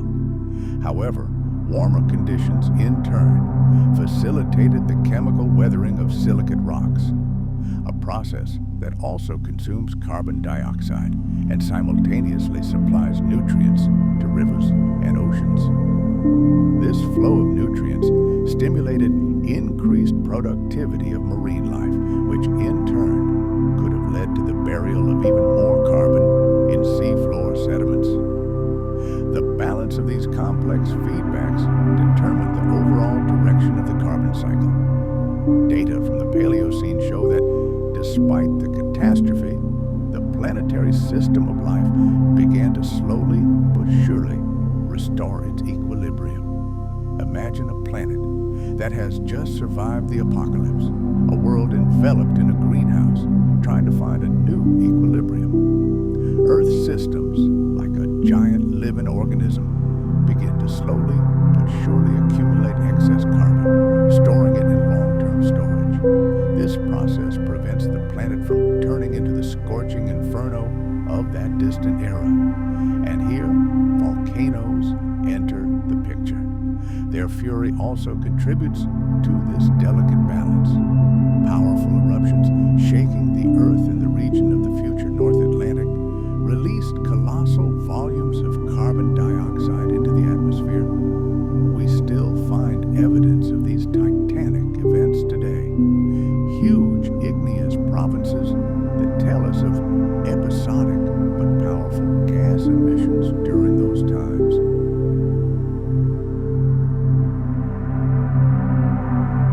These volcanic gases undoubtedly warmed the planet, reinforcing the overall warming trend. Disentangling their influence from other global processes is an incredibly difficult task, but paleontologists are confident that volcanoes played a significant role in shaping the carbon balance during the Paleocene epoch. To peer into the past and understand how the planet breathed, scientists turn to the rock record, sedimentary rocks. They serve as an invaluable source of information about how Earth managed carbon. Layers of so-called black shales, essentially compressed mud, chock full of organic matter over millions of years, provide irrefutable evidence of carbon burial. Their abundance in Paleocene sediments directly indicates that a huge amount of organic material was securely buried on the seafloor, removed from the cycle. This large-scale burial helps explain the mysterious fluctuations in isotopic levels of that time. And more importantly, it demonstrates something astonishing. Despite the catastrophe that wiped out the dinosaurs, the biosphere managed to restore its productivity. Life was once again thriving, allowing the planet not only to release, but also to effectively store carbon. Each such deposit of ancient organic matter is not just a local story, but a reflection of global cycles that govern the entire planet. But imagine that water itself, the cycle of rain and rivers, was drawn into this great drama.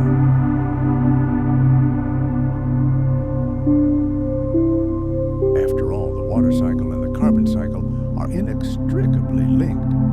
Increased rainfall in some regions triggered a chain reaction.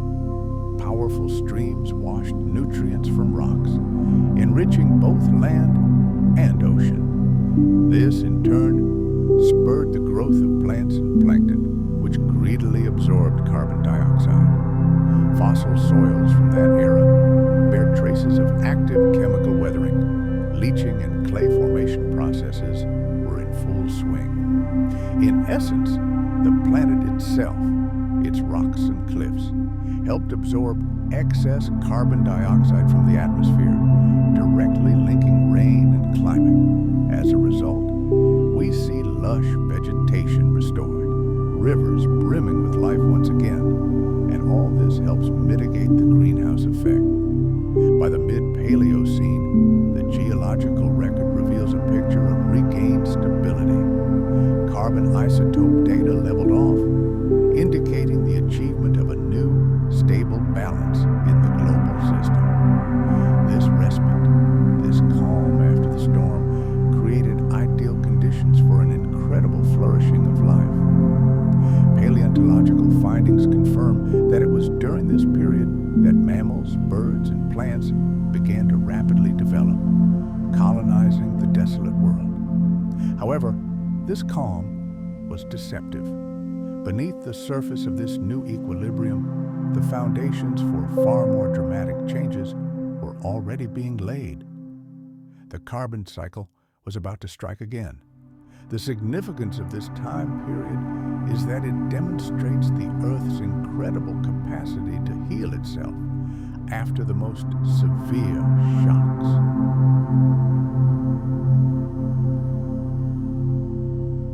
The carbon cycle never stops. It constantly restructures itself, obeying a complex system of feedback loops between forests, soils, oceans, and the atmosphere itself. Research around the world paints a varied picture of this recovery. Travel to North America. Here we see thick layers of ancient soils, so-called plesiosaurs, that indicate the existence of dense, humid forests. And in Europe, marine cores recovered from the ocean floor reveal nutrient-rich conditions that fueled vibrant plankton blooms. Looking to the southern hemisphere, data from South America and even Antarctica reveal warm, almost tropical climates with highly active weathering. These regional differences fit together to form a coherent puzzle, a picture of a gradual but steady recovery and stabilization of the planet.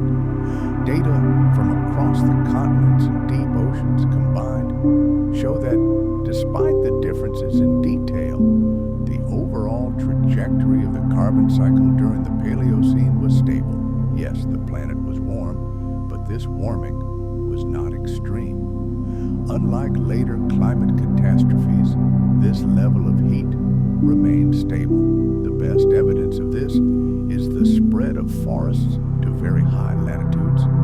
Just imagine, fossil pollen found in ancient rocks proves that deciduous forests once thrived where perpetual ice now lies. Fossilized leaves discovered in Greenland and Alaska belong to broadleaf plants, suggesting mild, comfortable conditions far from the equator. These finds are more than just rocks.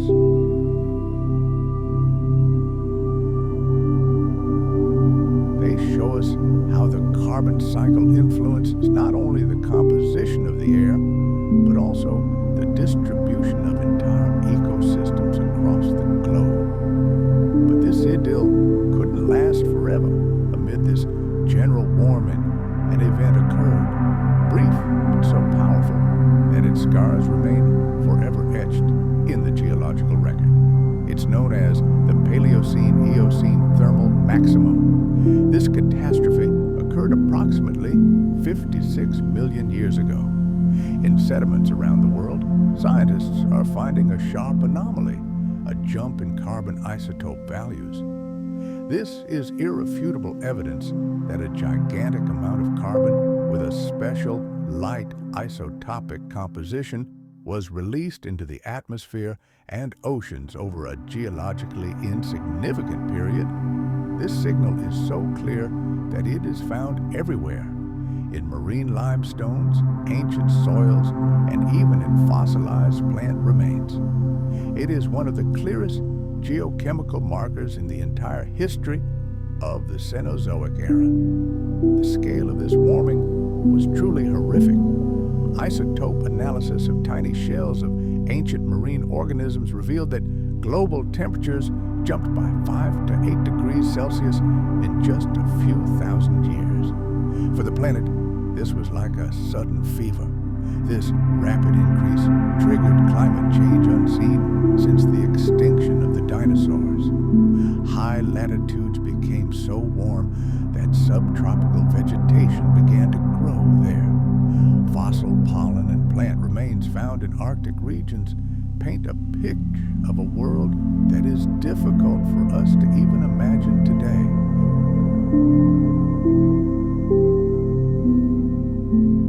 But the most dramatic events unfolded in the ocean abyss. Deep-sea organisms, so-called benthic foraminifera, faced a mass extinction, a rare event in the history of these creatures. Their disappearance is a silent cry, a testimony to the catastrophic changes that unfolded in the ocean abyss during the thermal maximum. What caused this catastrophe? The source of this colossal carbon release remains the subject of fierce scientific debate. Among the leading suspects are the release of methane from hydrates trapped on the seafloor, monstrous volcanic activity associated with the North Atlantic igneous province, or even the oxidation of gigantic deposits of ancient organic matter. Any of these mechanisms could have released into the atmosphere precisely the light carbon we see in sediments. It's entirely possible that a domino effect occurred with multiple sources contributing to the scale of the disaster. But while the details remain a mystery, most scientists agree on one thing. This event was caused by a rapid and incredibly massive release of carbon into the atmosphere. The consequences for the oceans were devastating and went beyond the extinction of bottom-dwelling creatures. Huge amounts of carbon dioxide dissolved in the water, lowering its pH, causing so-called ocean acidification. We see evidence of this in the bottom sediments of that period. The calcium carbonate content in them plummeted.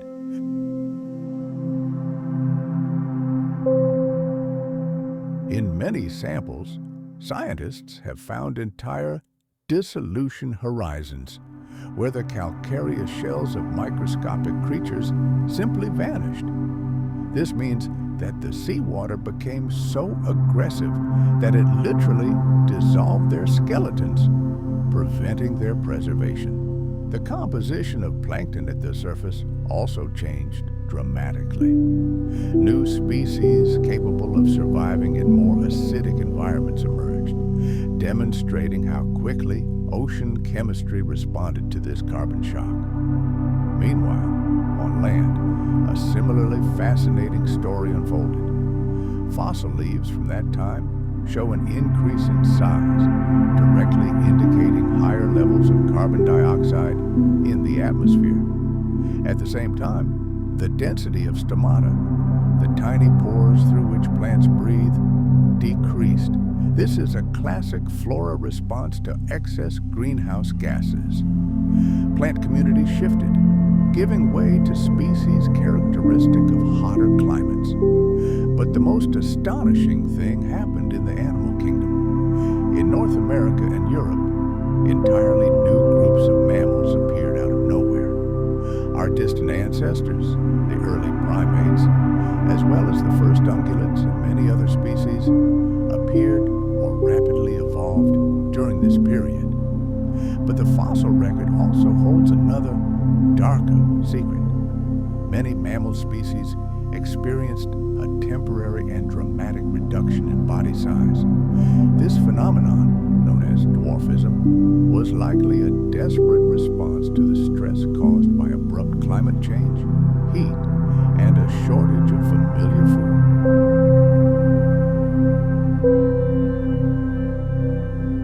Even in the midst of this chaos, the planet did not give up. Ancient soils formed during the thermal maximum bear the marks of intense weathering, consistent with a hot and humid climate. Clay minerals formed abundantly, and rain leached soluble elements from the rocks. And these very processes, driven by warming, ultimately helped stop it. They triggered a negative feedback mechanism. The faster the silicate rocks were broken down by heat and moisture, the more carbon from the atmosphere was bound up and converted into bicarbonate ions. Rivers carried them to the ocean.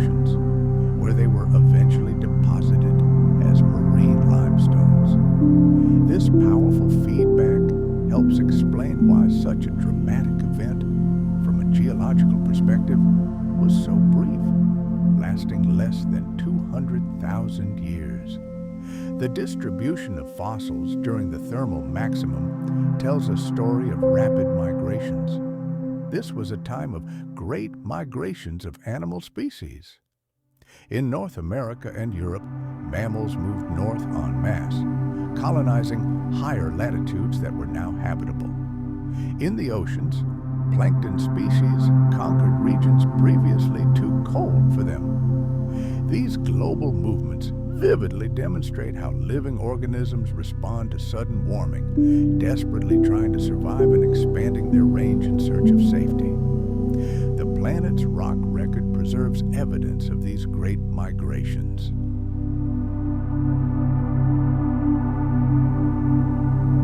Like ancient parchment, it tells us of the incredible flexibility of life, of how ecosystems buckled and changed under the pressure of global climate storms. This event is a powerful lesson in the astonishing speed with which the living world can rebuild itself when the ecological balance is disrupted and the point of no return is passed. Geochemical analysis of ancient rocks allows us, like detectives, to determine the precise time frame and colossal scale of this catastrophe. Imagine seeing a chemical fingerprint in marine and terrestrial sediments, a dramatic shift in carbon isotopes reaching 3 parts per thousand. And the most astonishing thing is that this entire shift occurred in a period of barely more than 1,000 years. On a geological clock, this is just a blink of an eye. However, it took nature much longer, between 150 and 200,000 years, to return the planet to its previous state. This long journey back reflects the slowness of natural mechanisms, such as the weathering of silicate rocks and the burial of carbon on the ocean floor. The time scale vividly demonstrates the enormous difference between the lightning-fast release of carbon into the atmosphere and the leisurely natural means of absorbing it. This is precisely why the Paleocene-Eocene thermal maximum stands apart in Earth's history.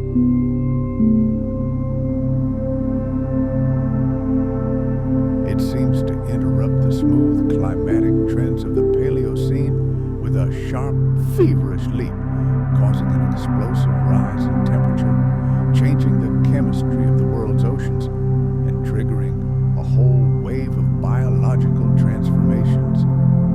Evidence of this ancient drama is everywhere, both on land and in the deep sea.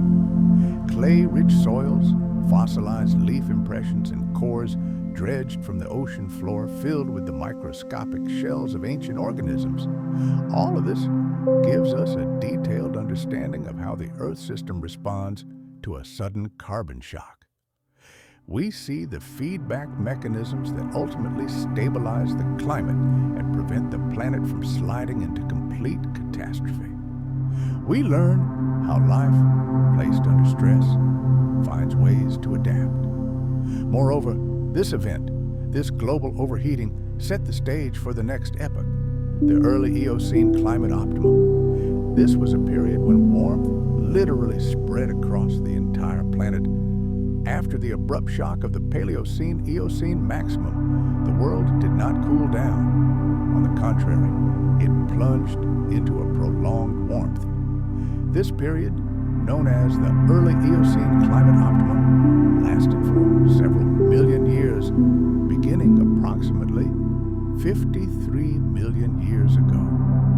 Geochemical and paleontological data paint a picture of one of the hottest and most prolonged periods in the entire Cenozoic era.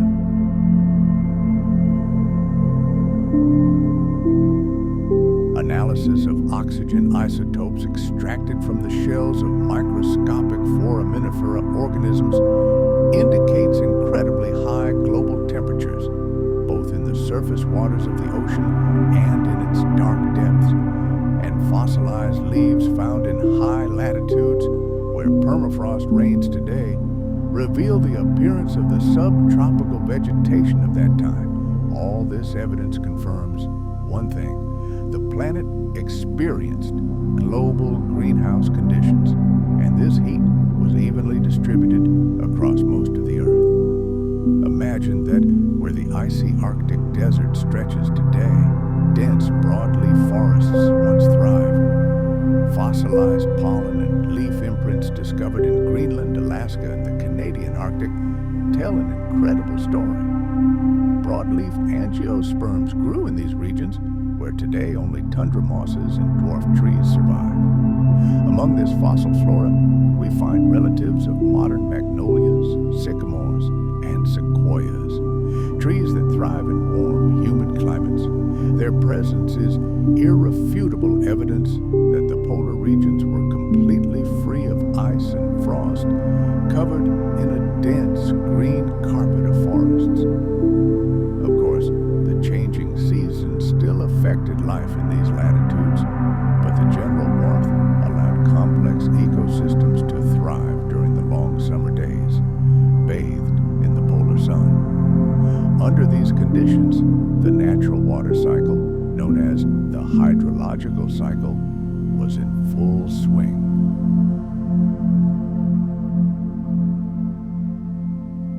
Warmer air was able to retain significantly more moisture, leading to increased precipitation in many regions of the planet.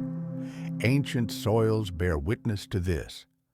They show signs of intense leaching and active clay formation, directly indicating a humid climate with torrential rains.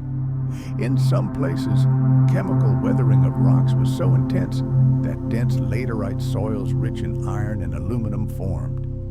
Such soils only form under conditions of intense precipitation and consistently high temperatures, further confirming the greenhouse conditions of that era. Rivers and lakes responded vigorously to the changing water balance, transporting significantly more sediment and nutrients into the ocean. This triggered active cycles linking the atmosphere, land, and oceans. Marine ecosystems also felt the impact of global warming. As the waters warmed, plankton communities flourished with unprecedented diversity. For example, the number of foraminifera and coccolithophore species, microscopic builders of the ocean floor, expanded dramatically. In many shallow seas, thanks to warm waters and stable conditions, coral reefs revived. These underwater cities became home to countless fish and invertebrates, marking an important stage in the recovery of complex marine ecosystems after past upheavals.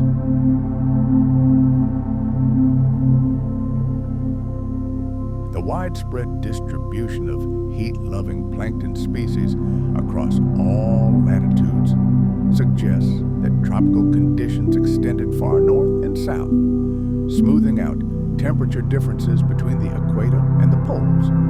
On land, mammals experienced a veritable evolutionary explosion. Fossilized remains from Europe, Asia, and North America confirm these rapid changes. It was during this era that many modern animal orders emerged. Early forms of odd-toed ungulates, Perissodactyla, which include the ancestors of horses and rhinoceroses, emerged and rapidly spread across all the northern continents.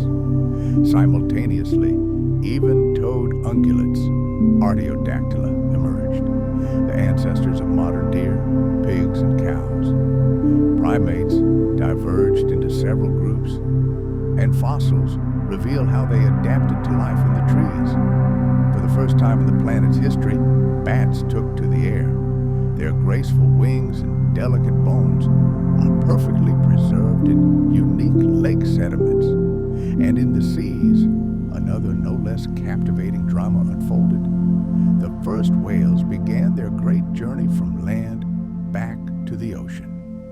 We see semi-aquatic forms, still retaining their hind limbs, but already perfectly adapted to swimming. These key evolutionary events are recorded in numerous fossil finds around the world and represent a crucial stage in the history of mammals. The bird kingdom also flourished. Fossils from lake and river sediments provide us with images of aquatic, wading, and raptor birds of that era.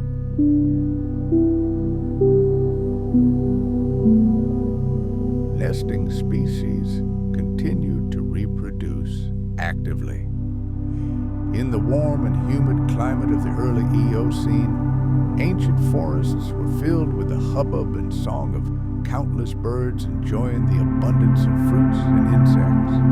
The spread of flowering plants was a true boon for them, providing new food sources and countless places for shelter and nests.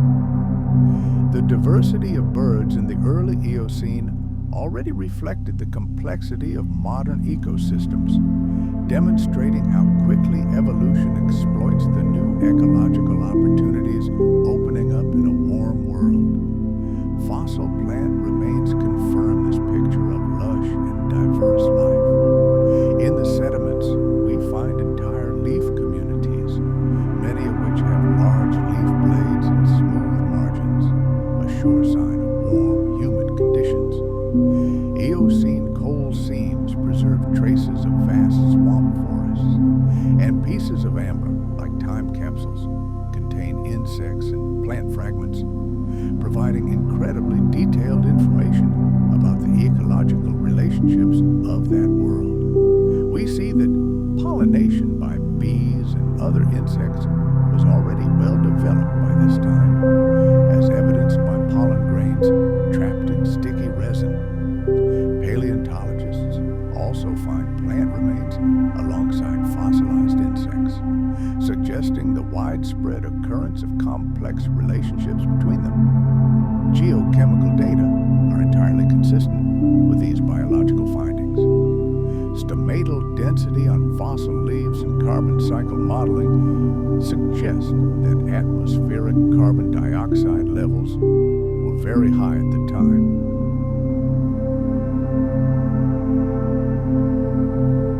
Isotopic analysis indicates relatively stable conditions throughout the climatic optimum, without sharp spikes similar to those observed during the preceding thermal maximum. The persistence of high temperatures over millions of years suggests that greenhouse gas concentrations remained elevated.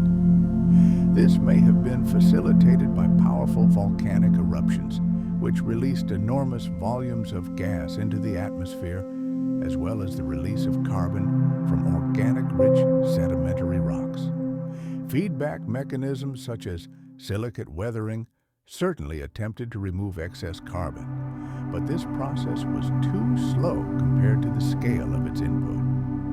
Ocean circulation also had a profound impact on the climate of that time. In the ice-free polar regions, the formation of cold, deep waters was limited.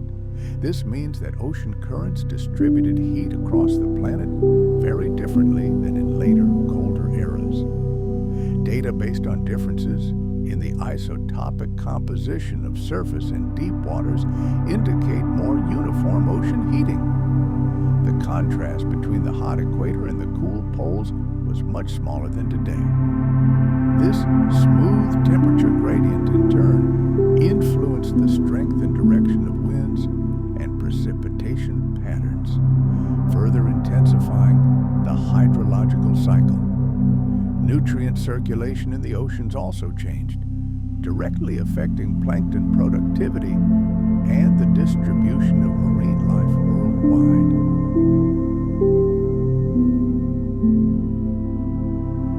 Regional studies, like individual frames from an ancient film, vividly demonstrate the scale of these global conditions.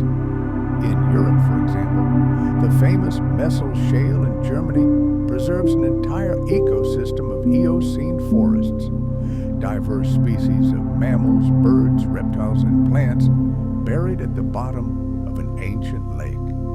In North America, by contrast, deposits from that time are rich in fossils of marine organisms, including sharks and fish, as much of the continent was covered by a shallow sea. Fossils found in Wyoming tell a fascinating story of the emergence of the first horses and primates. And in Asia, deposits reveal similar processes, painting a unified picture of a sun-drenched and verdant world. The picture of the world is changing. On land, we see new groups of animals, including the ancestors of modern ungulates, embarking on a great voyage, colonizing new lands and entire continents. But the most astonishing stories are found in fossils from the southern hemisphere. Let's travel back there to the ancient landscapes of South America and Australia. Here, in a warm and humid climate, evolution took its own entirely unique path. The stone record reveals unique chapters in the history of the mammals and plants that flourished in this eternal summer. And when we piece together these disparate fragments from around the world, a global panorama emerges, a picture of a planet entirely shaped by the greenhouse effect and boundless warmth. The early Eocene is upon us.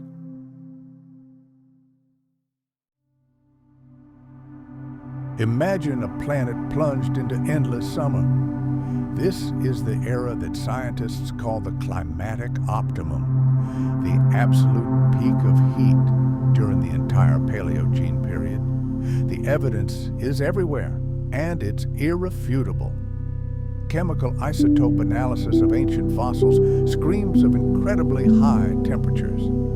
Fossilized leaves tell us of subtropical forests that grew where perpetual ice now lies, right at the poles. Ancient soils bear traces of intense chemical weathering, possible only in a very hot and humid world. And, of course, the animal fossils themselves. They record powerful bursts of evolution when life, buoyed by the warmth, gave birth to ever-new forms. This period is our window into the past, allowing us to understand how the Earth functioned under conditions of prolonged, persistent global warming. As the thermometer climbed, forests expanded, and mammals, birds, and sea creatures entered a new era of prosperity. But the most dramatic changes were unfolding underwater. The oceans, devastated by the Cretaceous Paleogene catastrophe, did not remain a lifeless desert for long. Life was returning, and it began with the tiniest of forms. Plankton took center stage. Microscopic organisms became the protagonists in the drama of the ocean's rebirth. We find evidence of foraminifera, creatures whose descendants are extremely rare today. These tiny creatures built shell-like homes for themselves from calcium carbonate.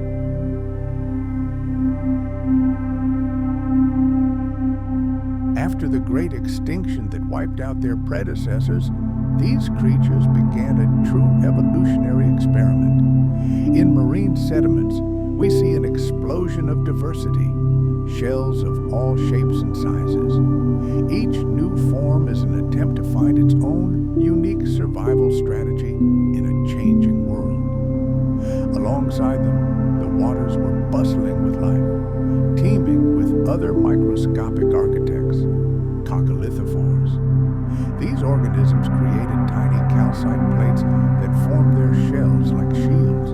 They reproduced so rapidly that in some regions of the planet, their remains formed multi-meter thick layers of pure chalk. This plankton wasn't just food for everything else. It played a key role in the planet's climate. Literally building their shells from carbon dissolved in the water, these creatures became living carbon dioxide traps, regulating the entire Earth's temperature. Their triumphant return marked the restoration of ocean productivity. The underwater world once again became rich and full of life, albeit inhabited by entirely entirely different species than in the age of dinosaurs. Following microscopic life, gigantic living cities, coral reefs, awakened. They suffered horribly during the extinction, but now in the Paleocene, the first tentative signs of their recovery are appearing, which will turn into a true triumph in the Eocene. Fossil reef structures discovered in the ancient shallow seas of Europe, Africa, and Asia paint a striking picture.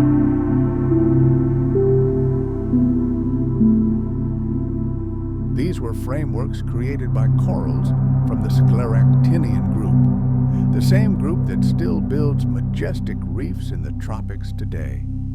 These creatures adore warm, sunlit waters, and their ubiquity in the Eocene is further striking evidence of the hothouse conditions of that era.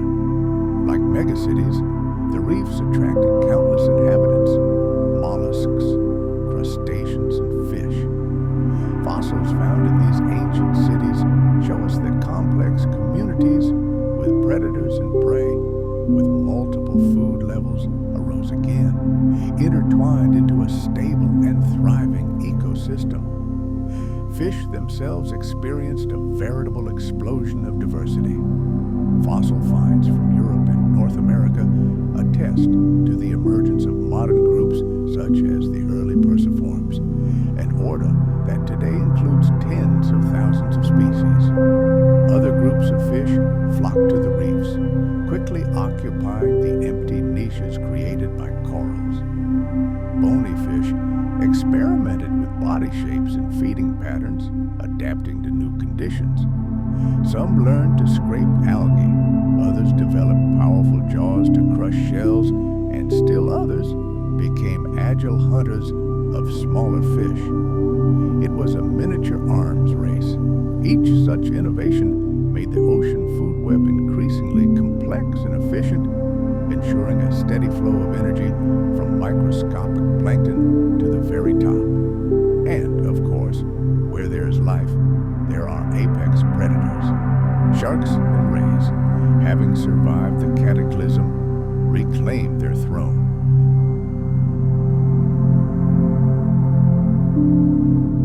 Their teeth are the most common finds in marine sediments of that time. They indicate that these cartilaginous fish thrived and inhabited a wide variety of ocean habitats.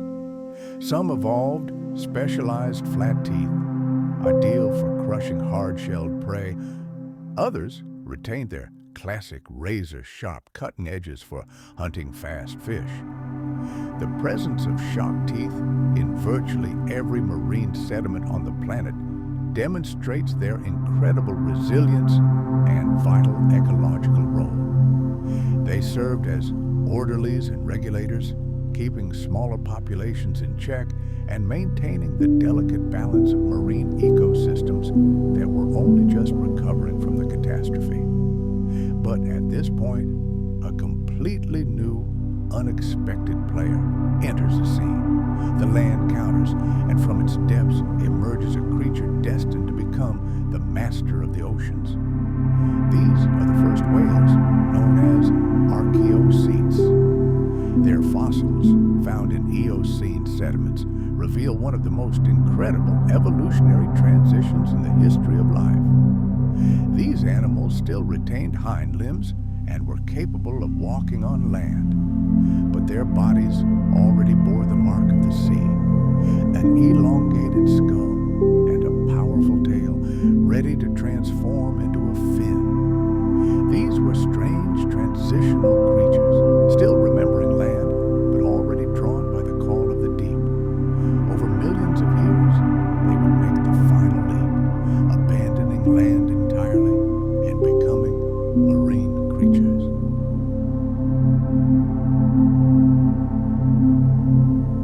This event forever changed the face of the oceans, adding large, warm-blooded, and intelligent vertebrate predators to the food chain. The earliest whales hunted fish, and their evolution went hand in hand with the flourishing of ocean ecosystems that could now support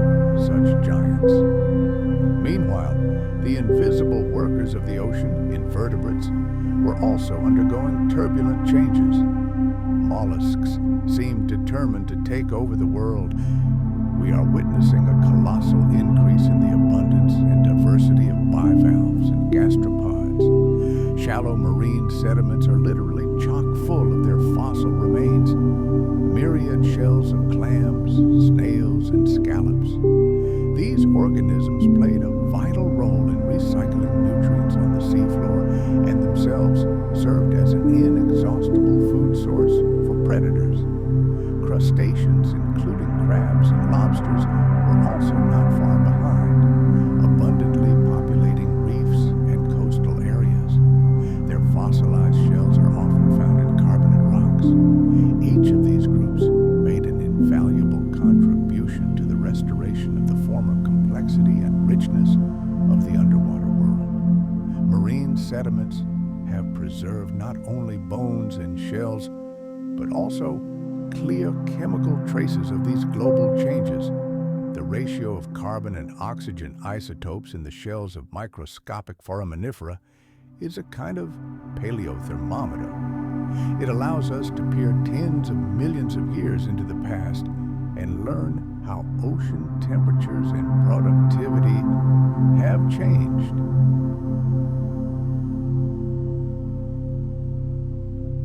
In the Paleocene, these indicators indicate gradual warming, while in the Eocene, they record a period of persistently high temperatures. Extreme events, such as thermal maxima, leave particularly vivid scars in this record. Analysis of trace elements in shells provides even more information about the chemical composition of ancient seawater, its acidity, and nutrient content. And all this chemical data is perfectly consistent with the fossil record, painting a picture of dynamic marine ecosystems that responded sensitively and actively to any environmental changes. The process of recovery unfolded differently in different parts of the planet. In the young Atlantic Ocean, plankton communities developed rapidly, forming thick layers of calcareous silt on the ocean floor.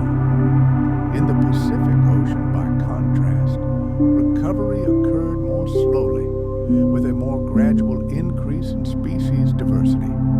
Coral reefs reached their apogee in the ancient Tethys Ocean, where warm, shallow seas created a truly heavenly environment. The fossil reefs found there are eloquent testimony to their former splendor. They have preserved entire assemblages of corals, mollusks, and fish, proving that ecosystems there had fully recovered. Meanwhile, at higher latitudes, plankton adapted to cooler waters, developing entirely different evolutionary and ecological strategies.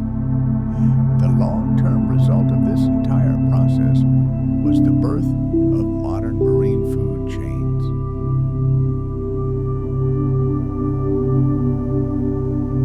A great pyramid of life was constructed, which still exists today. Energy flowed from phytoplankton to zooplankton, from there to fish and invertebrates, then to sharks, and finally to the new peaks of this pyramid, marine mammals. Each level became increasingly complex and structured as life continued its great experiment. This process is reflected in stone, in billions of microfossils, in the frameworks of corals, in the skeletons of fish, and in the teeth of predators. They show how the oceans, once devoid of their giant reptiles and ammonites, were gradually populated by new species that were destined to dominate throughout the subsequent Cenozoic era. The study of these ancient worlds relies heavily on a remarkable technology, ocean floor core drilling. These cores are veritable time machines, extracting pages of Earth's history directly from its depths.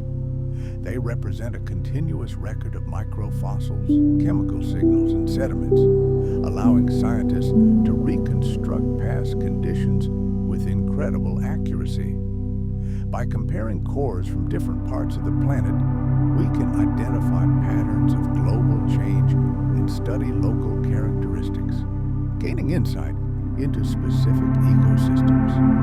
Fossils from coastal sediments complement this picture, revealing details about the lives of reefs, fish, and invertebrates. The combination of all this data creates a holistic, captivating panorama of marine innovation during the Paleogene.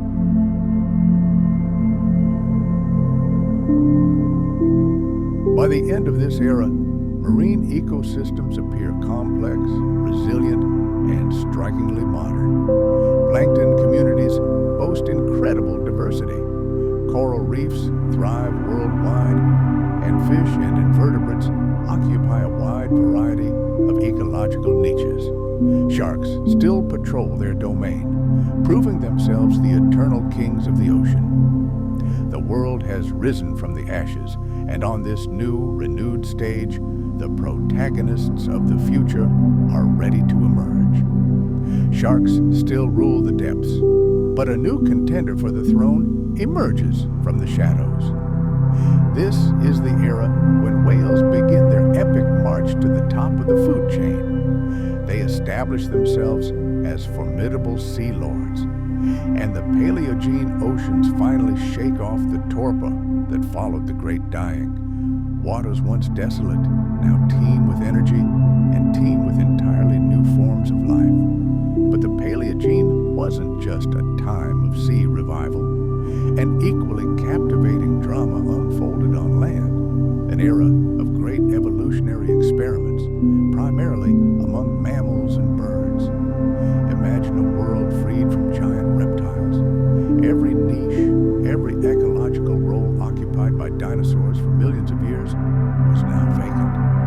And as the lineages of mammals and birds branched and expanded, they rushed to occupy these vacant spaces.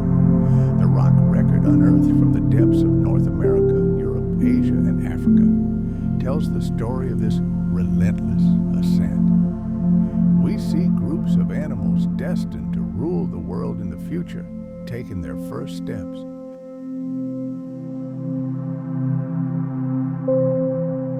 These evolutionary breakthroughs didn't happen overnight. It was a slow, painstaking process, but it left unmistakable clues in fossilized teeth, bones, and even soft tissue imprints. These traces allow scientists today, like detectives, to reconstruct scenes from the past, reconstruct the behavior of ancient creatures, and understand how they adapted to a new world. Among these pioneers were our very distant ancestors, the ancient primates. They are among the most iconic representatives of the new era.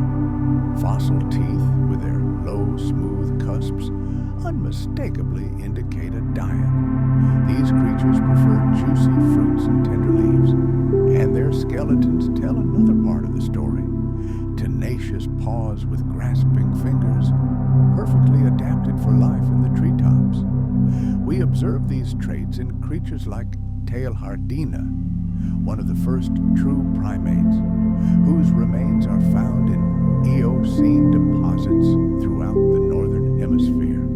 Their appearance marked the starting point of a long evolutionary odyssey that would stretch throughout the Cenozoic era. Primates bet on life in the trees, and this bet paid off because at that very time, flowering forests were triumphantly marching across the planet, offering an abundance of fruits, seeds, and a complex three-dimensional world in which to live. During the Eocene epoch, the skies also acquired new masters. For the first time in the planet's history, mammals, bats, took to the skies.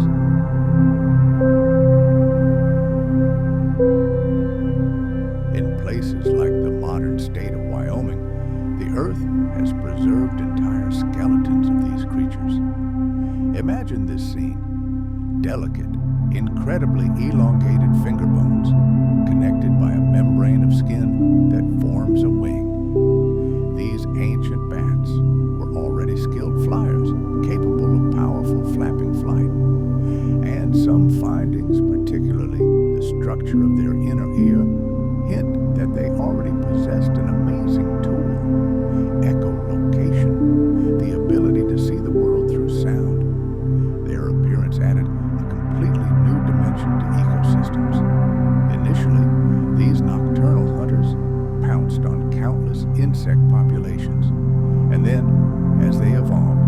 diversified their menu to include nectar and fruit. The birth of bats showed how quickly and boldly mammals were ready to seize any available niches, even those that had historically belonged to birds and insects.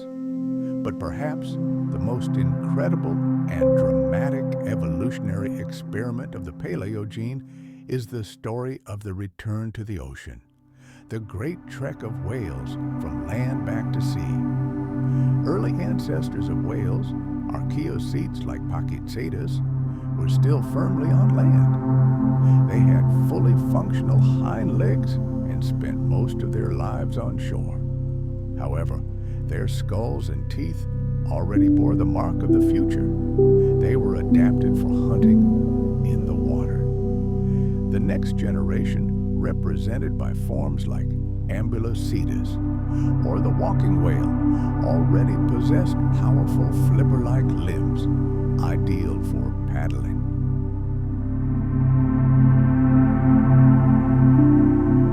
These creatures led a semi-aquatic lifestyle reminiscent of modern crocodiles, lying in wait for prey at the boundary between two elements. And so, by the mid-Eocene, giants like Basilosaurus entered the picture. They had made a final break with land, their bodies elongated, transforming into living torpedoes, their powerful tail becoming their primary propulsion. Their hind limbs, meanwhile, had become tiny, useless appendages, vestiges of their terrestrial past. Fossils of these creatures found from North America to Africa and Asia paint a strikingly clear picture of the gradual transformation of a land-dwelling animal into a top marine predator. The emergence of whales was a turning point in the history of the Paleogene, forever changing marine ecosystems and demonstrating the incredible plasticity and adaptability of mammals.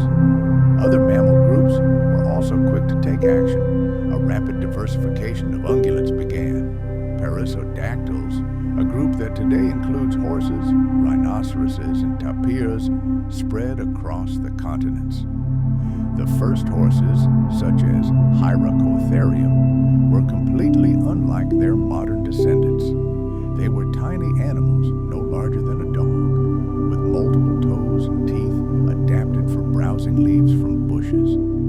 At the same time, even the even-toed ungulates, the ancestors of deer, pigs, and cows, emerged. Their fossils confirm that even then they possessed unique traits, such as specialized ankle joints and teeth, ideal for grinding plant matter.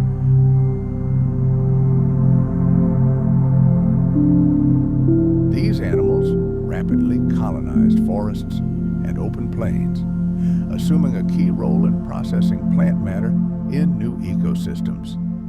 Their evolution is a striking example of how mammals occupied niches that were once exclusively occupied by giant herbivorous dinosaurs.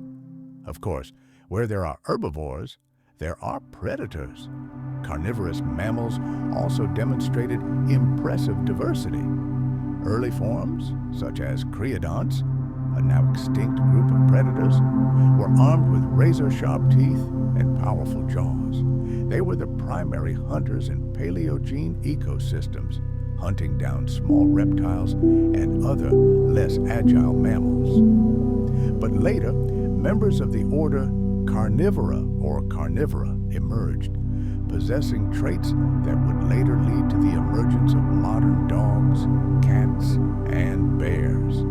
This perpetual conflict between herbivores and carnivores shaped the structure of terrestrial food webs, creating a complex web of life in which the energy of plants was transferred through herbivores to predators.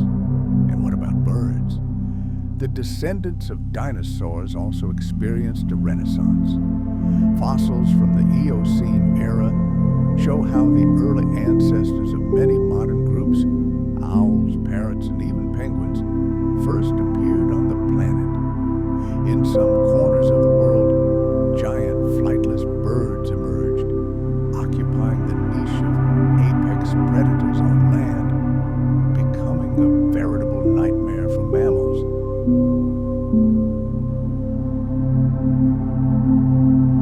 Fossils of ancient penguins found in Antarctica and South America prove that these birds were already superbly adapted to life in the ocean. The diversity of birds was no less staggering than that of mammals.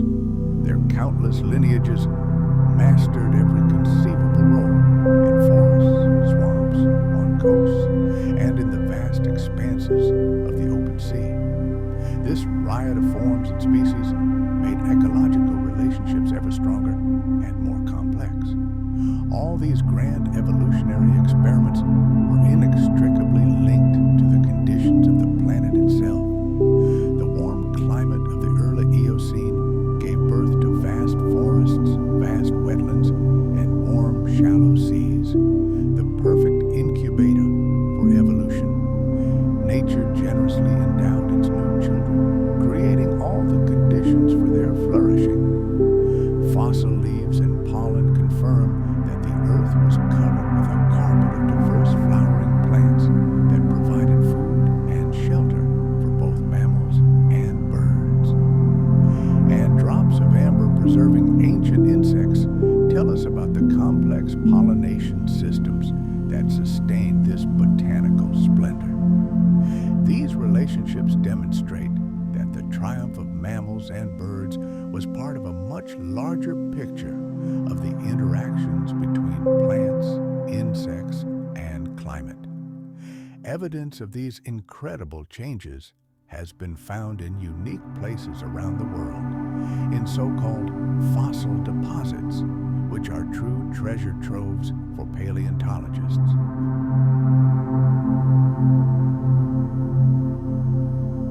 These historic landmarks have preserved fossils in exquisite condition, capturing the smallest details of skeletons, feathers, and sometimes even soft tissue. In North America, the Green River Formation has preserved bats, fish, and plants with astonishing clarity. In Europe, the Messel Quarry in Germany has opened a window into the world of the Eocene, revealing a diverse fauna, including primates, birds, and early horses. And deposits in Africa and Asia have allowed us to trace the astonishing evolution of whales step by step. Each such deposit enriches our understanding of that turbulent time. Modern geochemical research adds new invisible details to this picture.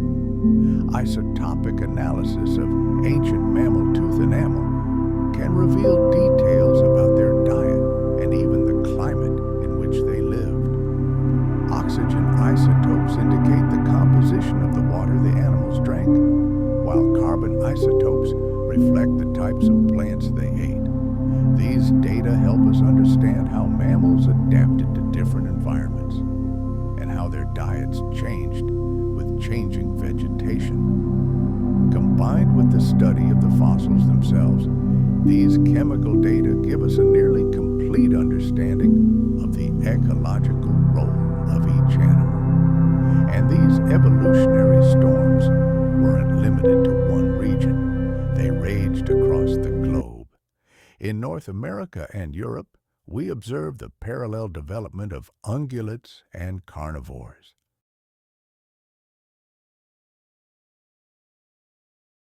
Asia, meanwhile, followed its own path, preserving unique evolutionary lineages that later spread west and east. South America, at that time an isolated island continent, became the cradle of a unique fauna, including marsupial carnivores and unique ungulates. Africa, connected to other continents, yielded key finds of early whales and primates. The global distribution of fossils testifies to the truly planetary scale of the evolutionary experiments taking place during this era. By the end of the Eocene, many animal groups that today dominate the planet already existed in their earliest forms. Primates, bats, whales, ungulates, carnivores, and countless bird species all trace their lineage to the Paleogene. Fossil evidence confirms that life wasn't simply recovering from a catastrophe. It was actively and boldly exploring new horizons. These experiments led to a complete transformation of ecosystems. The world of reptiles was replaced by a world much more familiar to us, a world dominated by mammals and birds.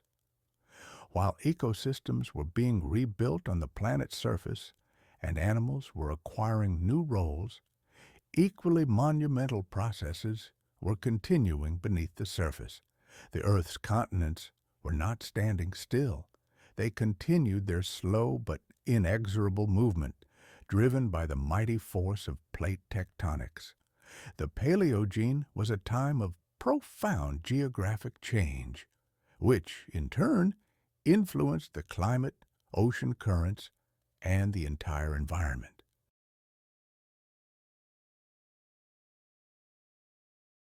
Let us transport ourselves to a world that was only just beginning to heal from the asteroid impact that wiped out the dinosaurs.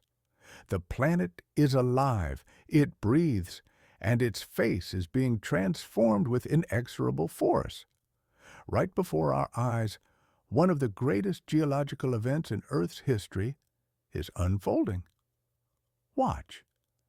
The colossal Indian tectonic plate, which has been drifting north for millions of years, finally reaches its destination. A titanic collision with the gigantic Asian continent is taking place. This process, which began in the Paleozoic era, gains monstrous, devastating momentum in the Eocene. Imagine this incredible, slow-motion catastrophe.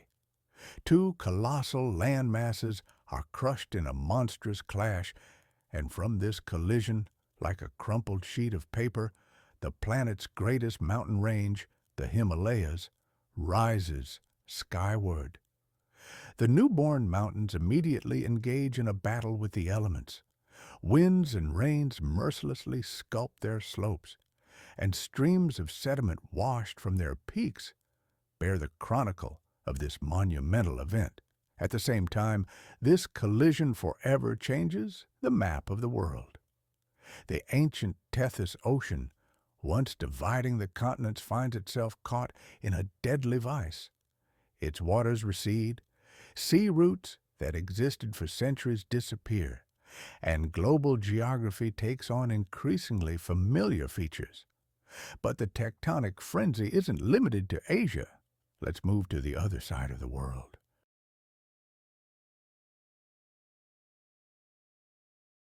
Here, in the North Atlantic, we see the seafloor between Greenland and Europe literally bursting at the seams and spreading apart. The ocean basin is inexorably expanding, pushing the continents apart. Look at the region of modern-day Iceland. Molten magma rises from the Earth's scorching depths. Time and again, powerful eruptions rock this part of the world, pouring billions of tons of basaltic lava onto the surface. This is the work of the colossal North Atlantic igneous province.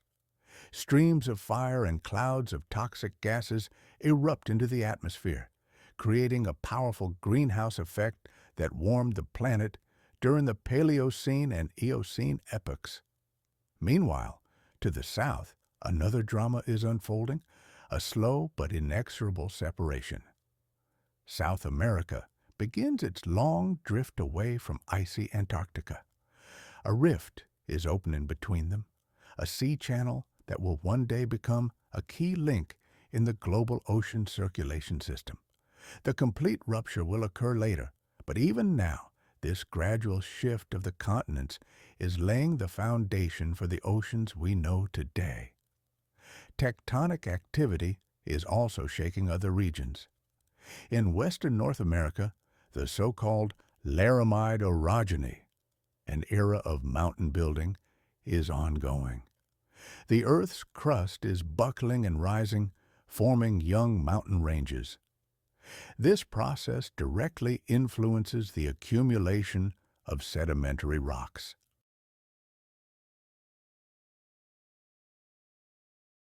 Erosion caused by mountain growth carries enormous volumes of sand, clay, and rock into river valleys and vast basins, where they are preserved for millions of years. Today, these layers are an invaluable record of the tectonic uplifts and climate of that time. Meanwhile, Europe is beginning its own epoch, the Alpine orogeny. Africa is pressing against Eurasia, and this collision is giving birth to mountain ranges that will grow throughout the Cenozoic. These tectonic movements didn't simply change the topography, they reshaped entire ecosystems, erecting insurmountable barriers to migration, altering the climate, and creating entirely new worlds for life. And the planet's climate is sensitive to these global changes. Let's return to the collision of India and Asia. The birth of the Himalayas triggered not only a physical, but also a chemical process on a planetary scale. Fresh rocks, freshly uplifted from the depths, were exposed to the elements. They began to react vigorously with carbon dioxide from the atmosphere. This process, called chemical weathering, acted like a giant pump, sucking greenhouse gases out of the air. Dissolved compounds were carried by rivers to the ocean, removing carbon from the atmospheric cycle for a long time. It was precisely this mechanism, triggered by the uplift of the Himalayas, that contributed to the long-term and gradual cooling of the climate, which would become especially noticeable in subsequent eras.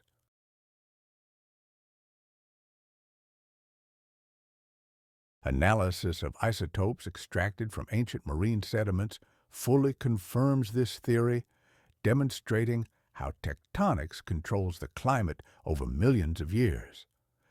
But the planet had another lever to control its climate. Paleogene volcanic regions like the North Atlantic province worked in the opposite direction. Each major eruption released colossal volumes of carbon dioxide into the atmosphere, enhancing the greenhouse effect and triggering periods of warming. At the same time, volcanic ash, settling on the land and ocean, became a rich source of nutrients. This stimulated the rapid growth of life, from plankton in the seas to plants on land. We see a complex dance of two opposing forces. Mountains cool the planet, and volcanoes heat it. The geological record preserves the memory of this struggle in the strata of basaltic lavas and sedimentary rocks. By studying them, scientists can reconstruct how past tectonic events shaped the atmosphere and conditions for life. The configuration of the continents directly dictated the paths of ocean currents. As South America moved northward and Australia broke away from Antarctica, new sea lanes emerged, changing the global current map. Although the full opening of these waterways would occur later, the first stages of this process in the Paleogene influenced the distribution of heat and nutrients in the world's oceans.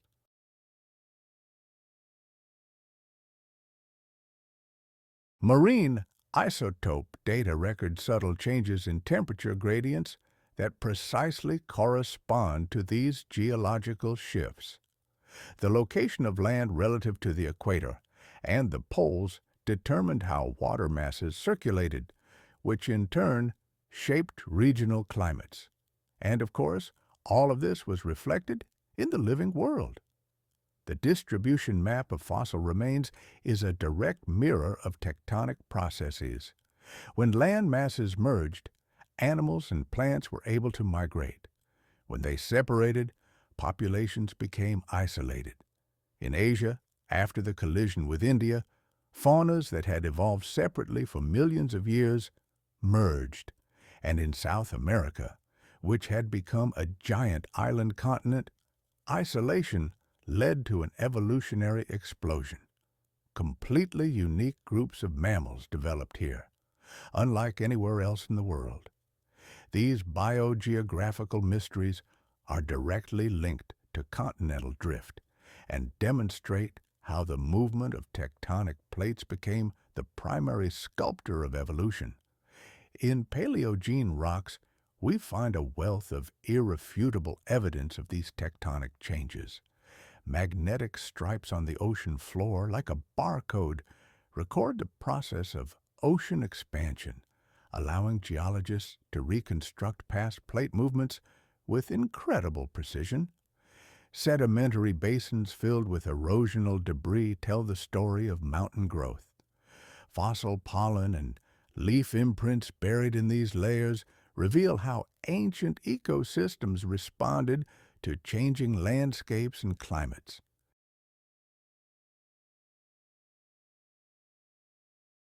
Radiometric dating of volcanic rocks provides precise dates of eruptions, and studying folds and faults in mountains reveals the mechanics of their formation.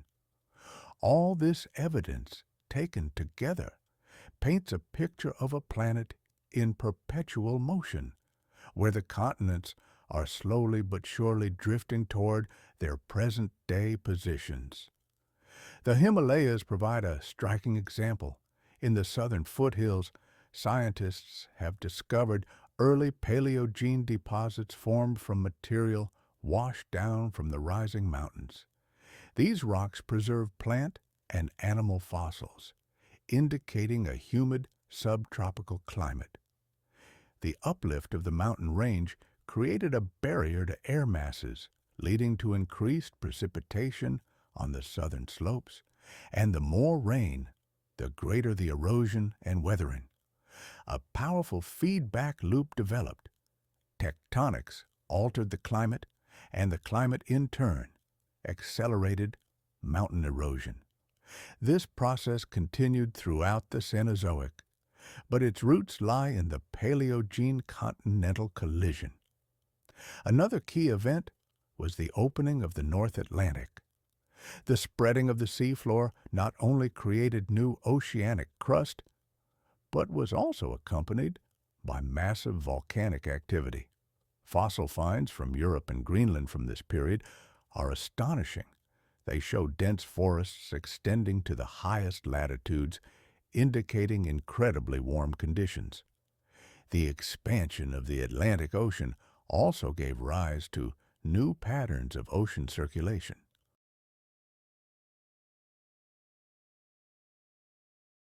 All geological evidence points to a close connection between volcanism, plate movement, and the development of life.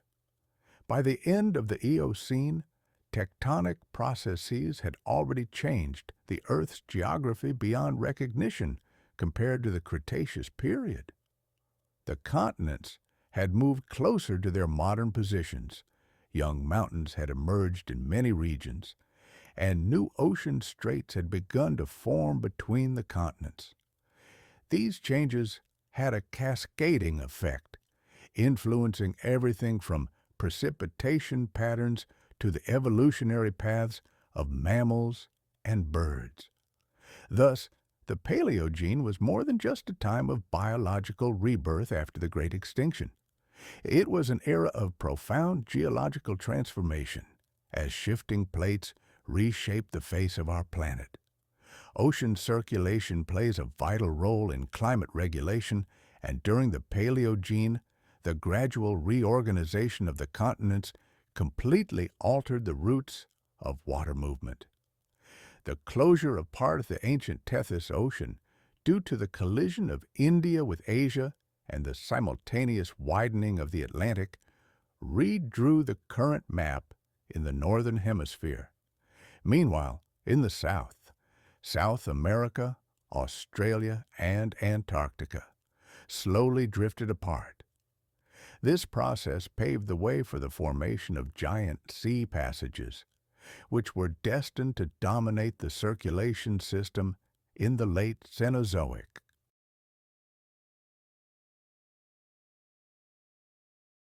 Although these passages were not yet fully open in the Paleogene, their gradual formation was already having a profound impact on temperature, nutrient distribution, and climate stability. One of the most momentous changes was a shift in the region around Antarctica.